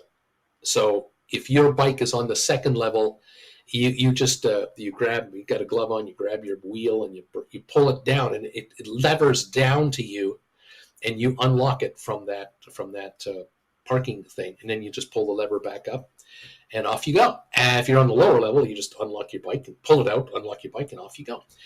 Thousands of bicycles. I mean, like 5,000 bicycle parking. It's stunning. It's just, you can't believe what you're looking at. And you realize those are all working bikes. Those aren't like abandoned bicycles. These are operating, functional bicycles that people drive. And then you look around Amsterdam, and it's bike city, man. It's unbelievable.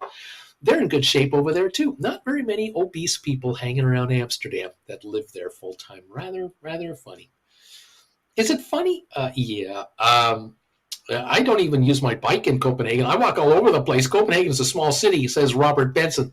Yeah, well, for a big fat Canadian.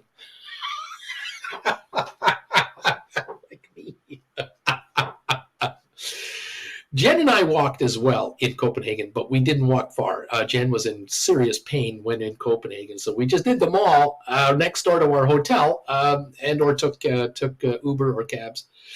But what a beautiful place Copenhagen is, Robert. You're in a jewel of a place there. Juan, 20 contracts in Rocket Lab, $5 Jan 25. Thank you, Uncle Bruce, for teaching us. Oh, rock and roll, Juan. I'm assuming you've written $5, $25 put contracts on Rocket Lab expiring January 2025. I think that's what you're saying. And well done, sir. Taking the money, why not? 443 on Rocket Lab right now. Go, baby, go. That's all I have to say about that. We're up 7 cents on GameStop. We're up 21 now on SoFi. 823 is the last trade. SoFi high of the day, 826. Right in the hood of the high of the day, 7.9 million traded. Nothing is coming in for sale on SoFi. The stock is dried up. Where's all the panic sellers of SoFi? They're gone. They're gone. If there were any, they were taken out yesterday. They're gone. $9 is your next stop on SoFi. Get ready. Rocket Lab 442 down a penny. Their sellers, they're gone. They're gone. AI 29.25 up 51, up 14.18, 14.20 on GameStop now. Uber 77.11 up $8 a share on Uber. Wow. What can I say? There you go. Yes, sir. Cash secured puts. Yes, sir. That's correct. Right on there, one. Way to go, pal. Way to go, kids. Welcome to the show, and welcome to our little party here.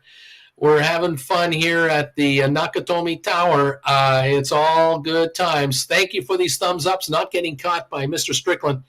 He's been handing out pink slips. Don't be a doofus like this guy. Don't be as dumb as this guy. The upside for him is limited unless he goes into an alternate time zone, a time universe, and don't make these guys angry. They're mean. They will get you. They will not care. They will take you and your crusaders out to lunch. Do not mess with the Knights of Ni. They are there to take care of business, and they'll take care of you in a heartbeat. So be very careful about that. Thank you all for joining this YouTuber today. I think it's time to honor and to acknowledge the power of the Knights of Ni. If you're new to this channel and you just joined, you better head over to your emoji section here and start popping these babies up, because if you don't do this, you're going to lose money in this market. You're just asking for trouble. D.H. Ruda knows. Nico knows. White Feather is well aware of the power of the Knights of Ni, as does Parker, Ivy, and Juan Valenquez. They all know. Do not mess and fool around with the Knights of Ni. Absolutely. Touchgrass is here. Touchgrass knows. Thank you all. Appreciate all of you around here. Melvin is here. Richard, Carlin, Karin, TJ. The Knights of Ni are all powerful. Splair knows. Flint Creek Soap Company knows. Neat. Don't mess with the Knights of Ni. Sell my house fast, Upper Marlboro. Here they come, kids. The Knights of Ni emojis are dominating the chat room now as people acknowledge the power of the Knights of Ni. 156 thumbs ups and counting. Thank you all for coming through here. Robert Benson out of Copenhagen, baby. He knows. Even in Copenhagen, they know. The Knights of Ni. Don't mess with those guys. It doesn't matter where you live, what city, what country. It doesn't. It matters not. You believe in bikes, you don't. It doesn't matter. It doesn't. The Knights of Ni are not to be messed around with here. Do not take them lightly. Thank you all. 233 watching here. My goodness. Welcome all. I'm glad to see you. 113-point gain on the Dow, or sorry, make that NASDAQ up 113. The Dow's up 56, S&P up 26, oil up 73 cents. The oil futures runners are doing the best they can. Robert, the next time you come here to Copenhagen, I'll show you more of Copenhagen. We can always take the bus or a metro to get around, or a taxi, paid with my options gains. Well, the next time we get to Copenhagen, somebody will have 2 new hips going, and hopefully no more knee pain. And we'll be out and about too, so not to worry either.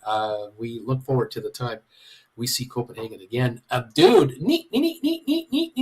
Splair, anyways, looks like today is no update on Rocket Lab. Now I'm angry I didn't write on Monday. What's wrong with me? J-Boy, what about Monty Python's Meaning of Life? Doesn't get enough love, in my opinion. Well, what can I say? I was reading about the 80-year-old gentleman. Oh, I'm forgetting his name at the moment. It's not John Cleese. It's not. He wrote Spamalot. He wrote the screenplay for Spamalot. You know who I'm talking about? Eric Idle. Is it Eric Idle? He's 80 now, living in LA, and he's talking about how he still writes for a living. He still has to work to make money. Where he's talking about, we were terrible managers of Monty Python's franchise and all that. We didn't know what the hell we were doing. It was 1969, 70 when we created Python.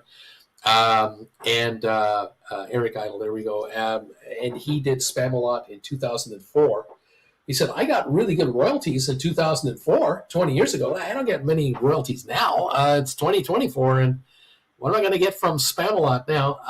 And so he's still kind of working to make ends meet. But he says, I'm all right. I'm okay. Okay, I'm not homeless. Okay, but I'm not like as wealthy as I would have thought I would have been by this point in time. John Cleese is still working. Eric Idle, I'm sure he's doing something. Interesting about all that. They're in their late 70s and 80s now. That is correct. That is correct, Marvelous. They're up there. I got a stinker, says Parker, to close out my Rocket Lab. July 19 cover call for a $5 strike. Rock and roll, buddy. J-Boy, 80 or dead. Yeah. Eric Idle is the guy. Yes. Amazing how long they've lived, and God bless them, funny people and talented. My God, how many people they've inspired going forward. But it goes to show it doesn't matter who you are, what you do, and how you do it. You sometimes have to be in a position to make money at whatever age you're at to outlive your years. And, if you think you're only going to make it to 55, party it up, I guess. But you take care of yourself. You need capital. And becoming an option writer at whatever age you are, 30s, 40s, 50s, 60s, 70s, way to go, kids. Take this cash off the table. It's the way of 2024. This is what the big boys are doing. They're taking a lot of money off of this option table. It's your turn to get your share. And while it lasts, and hopefully it lasts forever, but, make the money now. Make money now. Don't get cute. Make money. Thank you all for popping in here and joining with me on that quest to grab cash from this options market. Giddy up, everybody. Thank you. 8.25 on Sofi right now. 8.25, up 23 cents on Sofi. Matterport is up a dime. A couple of notable moves here. We got ATIP up 7 cents. I don't know what to read into that. Apple's down 130. Who else is moving? Anybody moving very much? Tesla's only up $1.50. Arc Innovation's up 168. Microsoft down 9 cents. Not going anywhere today. We got Nvidia up $16.79 to $738. Unity up $167. AI up 47 cents now. Adobe up $4.59. Netflix up $17.96. We're up $10 on Facebook to $470 a share. Vanik Vector's up $4. Enphase up $3.75 back to $127. Palantir gaining almost 70 cents to $24.70, trying to come back again. And Uber $76.71 up $7.72 today. All-time high $76.82. That's right where we are, right at its all-time high. And they're announcing a stock buyback program for $7 billion. Isn't that interesting about that? I loved Eric Idle in European Vacation, always getting run over or beat up New York Chevy Chase, and then taking it all in stride. Luca, Uncle Bruce, when are you guys coming to Italy? When are you coming to Italy? I don't know. We are going to continue the quest of greatness for Jennifer. She is working with her therapist now and building strength in her hip. She goes to her doctor next week for her post-op session, where he will hopefully, cross our fingers, will look her over, have her walk around a bit. A new x-ray will be taken and give her the green light. You're good to go. You can go into the swimming pool now. You can go into the hot tub now. You can go for a walk with your husband. You can go shopping. Take your hip for a ride and work yourself into better shape. Now, your hip is great. You're not going to break it. You can't break your hip anymore. You're on your way. Test drive this puppy and let's go. That shows us, Jen and I, how far she gets in the next month. And if it works the way we figure it will, then we will be looking at a meet and greet in Southern California. That'll be our first big thing. The next big thing is just walking and exercising and strengthening and getting her endurance level up, her strength level. And that's when we talk about what's our next trip going to be. That's the next topic. And then where? And then we'll see what happens. Uncle Bruce, keep an eye out for Accidental Studio, all about George Harrison's film company that made Life of Brian. You would love it. Accidental Studio. Zed Estate, 164 thumbs up. Thank you, Zed. Robert, let's go to 200, baby. Dude, it's a documentary from 2020. Luca, the Italian food and weather would help her big time. And Hector, neat. I tell you, Italy, I'm very eager to get to Italy again. I've been there one time with my daughter. Jen has never been. So, yes, would love that very much.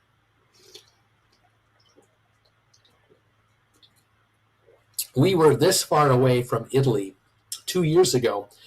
When we went to Switzerland. We were in Switzerland for someone's door's opening up. We went to Switzerland for a little holiday. How are you, Jen? Come on in. Do you remember the name of the town or city in Switzerland that was very near Italy? It was Lugano. Thank you. Yeah, because I keep thinking Zermatt, but it's Lugano. I can't believe I got a geography question. She got a geography question right. Lugano, and we were 10 miles away from Italy. Literally, we were surrounded on three sides by Italy because we were in the southern tip of Switzerland. It's like a finger way down there, and all around that tip of the finger was Italy. And we were exposed to Italians everywhere, the cars, the attitude, the food. Yeah. I'd say gracias. Gracias. Like no. Grazie. Not Spanish. Not Spanish, you know. Italian. We enjoyed it. So Italy in our future, yes, I hope so. How you doing, Andy Jen? I'm good. She's walking in here without a cane and without a walker. Just walking. Just walked in. Yeah. Just walked in. She's standing here. Just walked in here. What the hell is that all? I'm not actually standing. I'm leaning. Well, she's leaning against the wall. Cindy, number 172. Splair, Lyft went up in the shadows of Uber today, 37% now, 1660. By the way, the CEO is buying the stock as well as his own cash. I hear that the gig workers are on strike. Yeah, in today. Various cities around the world. Yeah, Uber and Lyft workers are walking out today. They want more money. Doing the gigs. Oh, Tuscany, yes. Oh, yes. Tuscany is gorgeous. Something we would like to see. Nandu, good morning, Auntie Jen. Splair. Good morning, Nan. 1670 now. Splair. Good morning, Auntie Jen. Happy times. Richard Collin is happy. Good morning, Auntie Jen. Parker Ivy, good morning, Auntie Jen. Good morning, Parker. The big T, half RoboCop, half human. It's Auntie Jen, hopping like your foul through the room. Okay. It's funny because yesterday I'm a little pigeon-toed.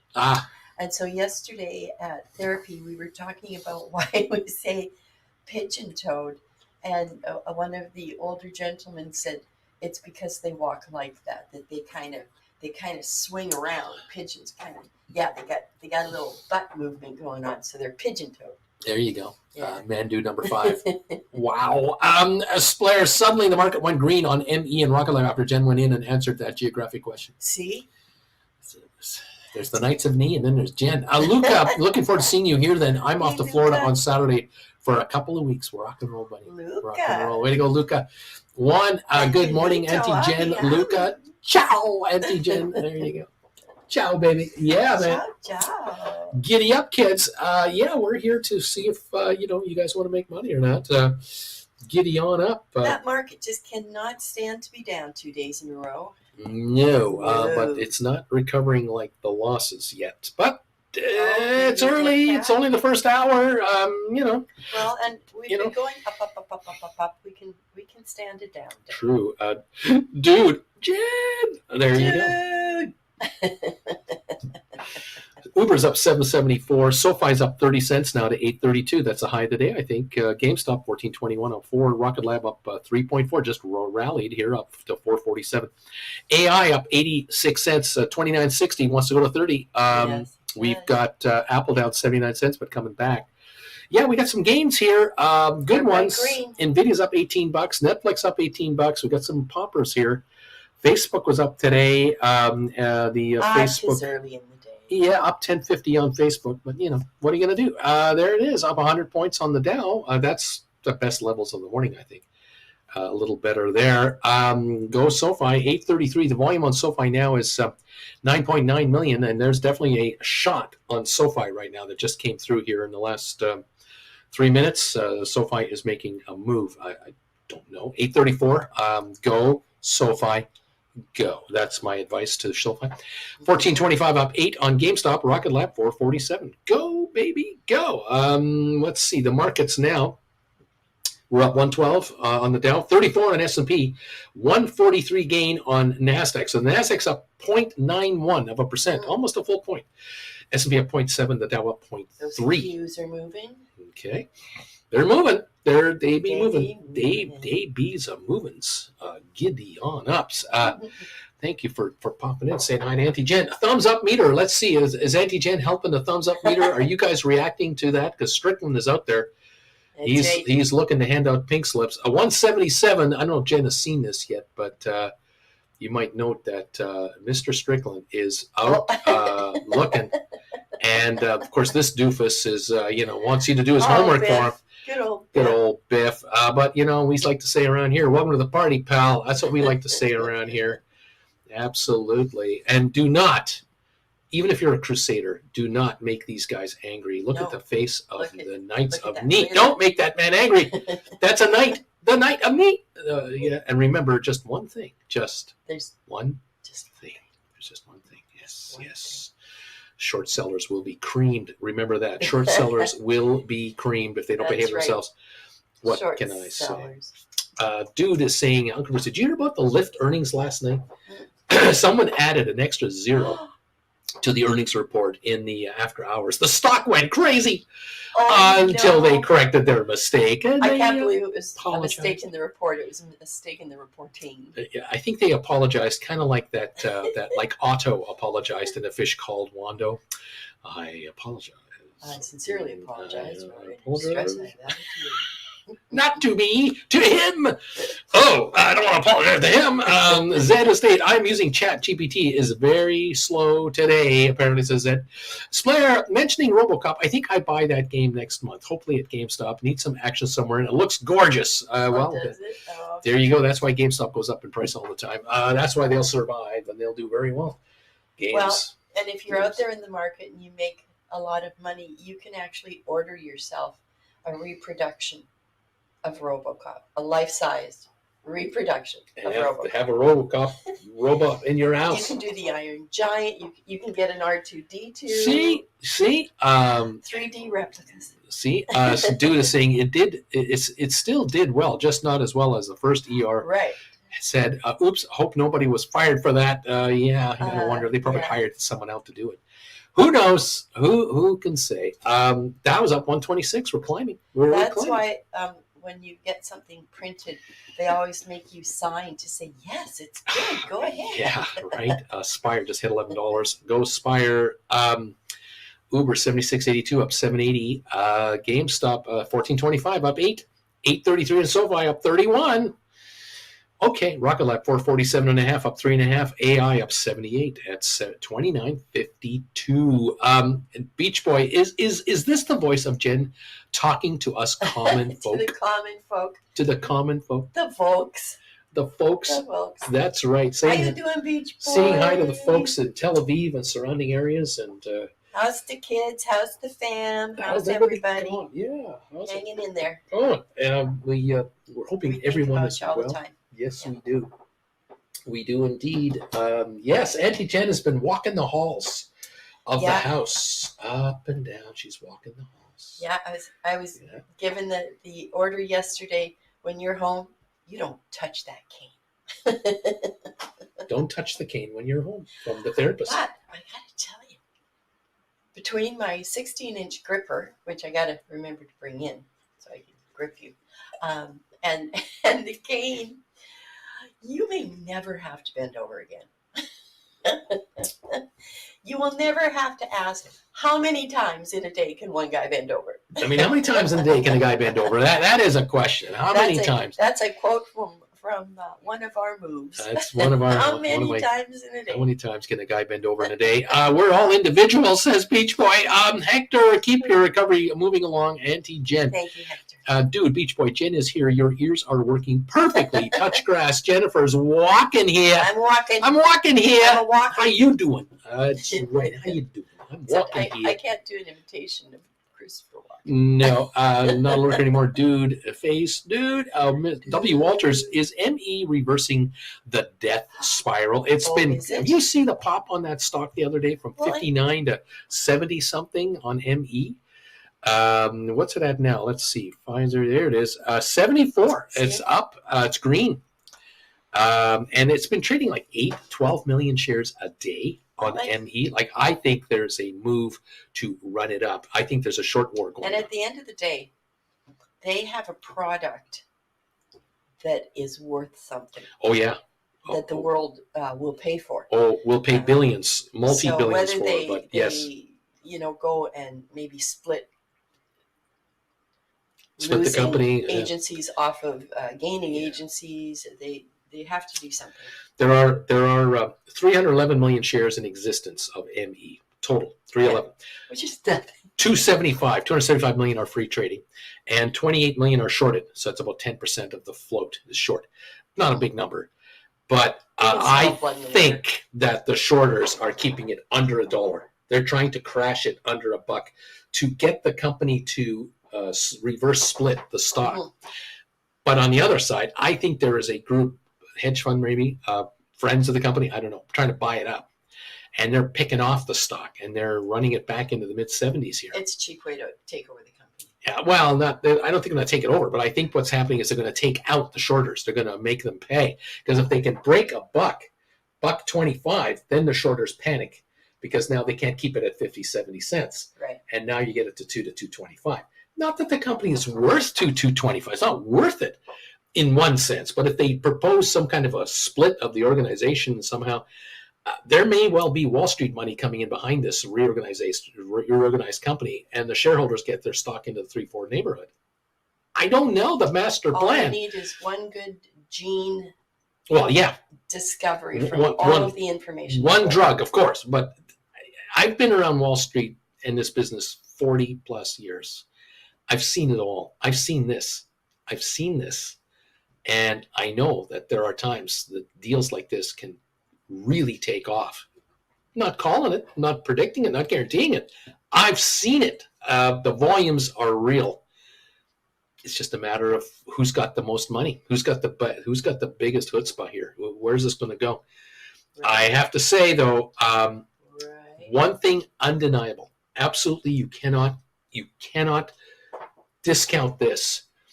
The top people at ME and board of directors have deep, serious connections to trillions of dollars. Mm-hmm.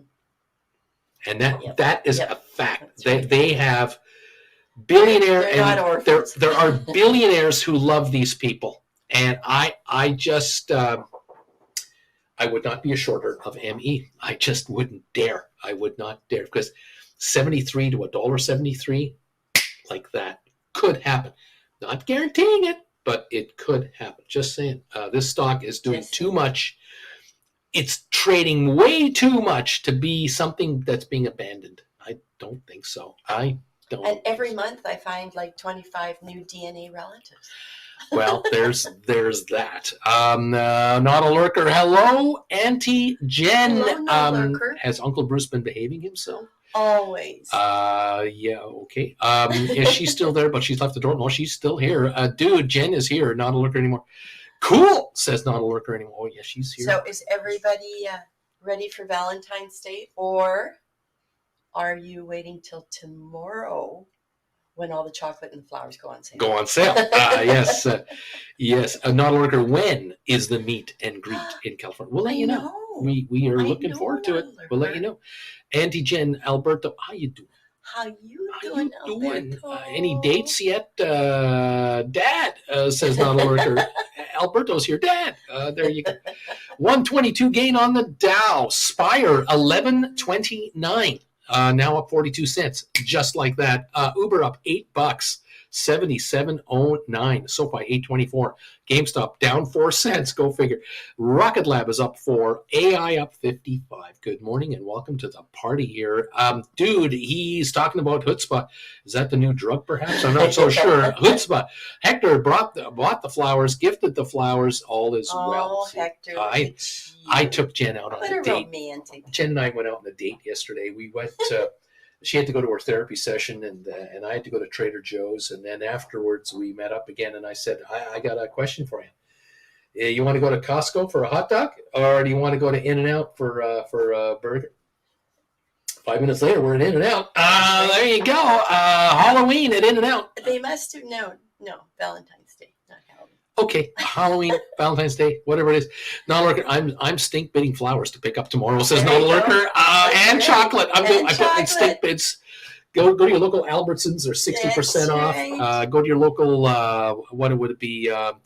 Walgreens and your local CVS pharmacies. All the Valentine stuff is 40, 50, 60% off. Get that bedazzled T-shirt. That's right. That's right. Less demand tomorrow. There you go. There you go. For sure.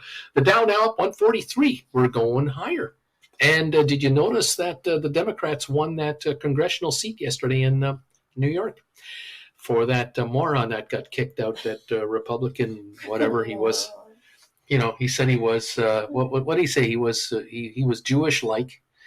He was Jewish-like? Yeah, Jewish-like. He wasn't Jewish, but he was sort of like Jewish. He was Jewish-ish. Jewish-ish. He was, I can't remember his name. I don't know. Yeah. I'm no help here for you, sorry. A good riddance to this guy. The Republicans tried everything in the book to hold on to that seat, and they got blown away. Interesting.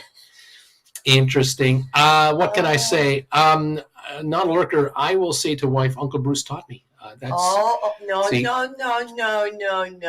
There you Hector cruising the In-N-Out drive-through in a Tesla. No, we went in. We went in. And she walked in there and had a seat. She ordered her burger and fries and sat down in a booth and came and they wiped the table. Oh yeah, she came in. He went in there.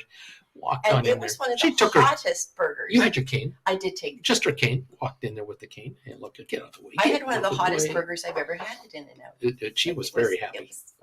Very happy. Yeah, wife and I did the day on Sunday. Wife and I did the day on Sunday. So you had your sweetie time on Sunday. See, but I'm no dummy. I'll be bringing flowers into the house. There you go. There you go, Bobby. That's it. Bobby knows. There, Bobby knows. Bobby does what Bobby knows. There you go, says not a lurker. There you go. See, there you have it. I'm going to get out. Are you? You know, standing is bad. Yeah, that's right, but you've done well. You're standing longer and walking further. And every day, longer. And getting skinnier and skinnier. And RoboCop's got nothing on me, babe. See, there it is. See? Mm-hmm. Cool beans, Auntie Jen. Thank you, everyone, for saying hi to Auntie Jen for us. Yes, go have a wonderful Valentine's Day. Right. Be nice to the people you love. Get rid of the people you don't need. Yeah, Right. Okay. All right, Auntie Jen, we'll see you a little later. Bye. Giddy up, baby. Rock and roll, man. Is that cool or what? Is that cool or what? That's awesome sauce, man. It's walking in here, no cane. Just walking in. Just walking in, walking out, standing there. It's 4 weeks ago, surgery. Unbelievable.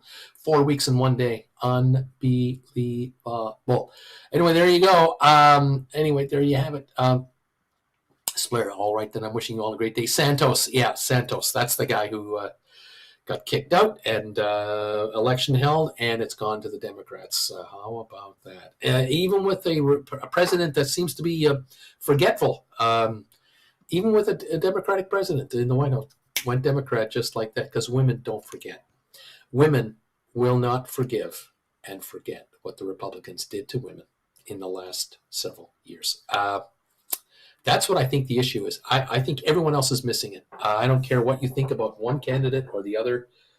Makes no difference. It won't matter. Come election day, the women are going to take care of business because there are more of them than men, and they're showing up. And there is nothing the Republicans and the Democrats can do about how it's going to go. It could go complete sweep for the Democrats. Complete. It could. I'm not guaranteeing it. I'm on the outside looking in going, the women are pretty upset. And they don't forget. And if you think they will, you are naive.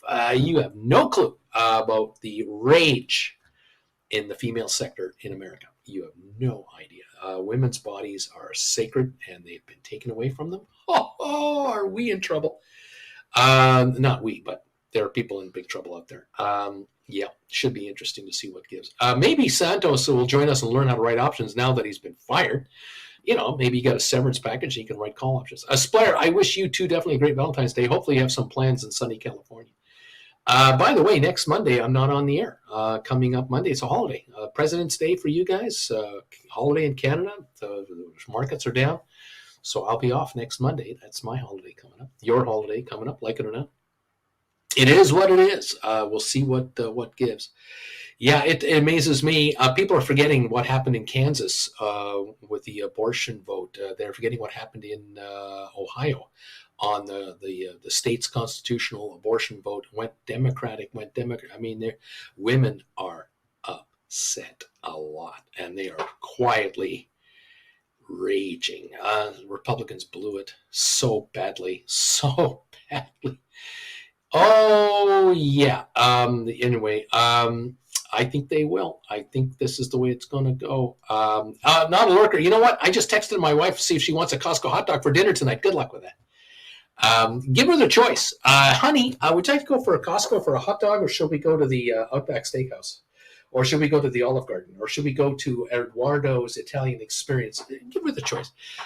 Let her choose the hot dog or this. That way it's not your fault, no matter which way she goes. You're the good guy. See, you just go, I'll take you wherever you want to go. Your choice.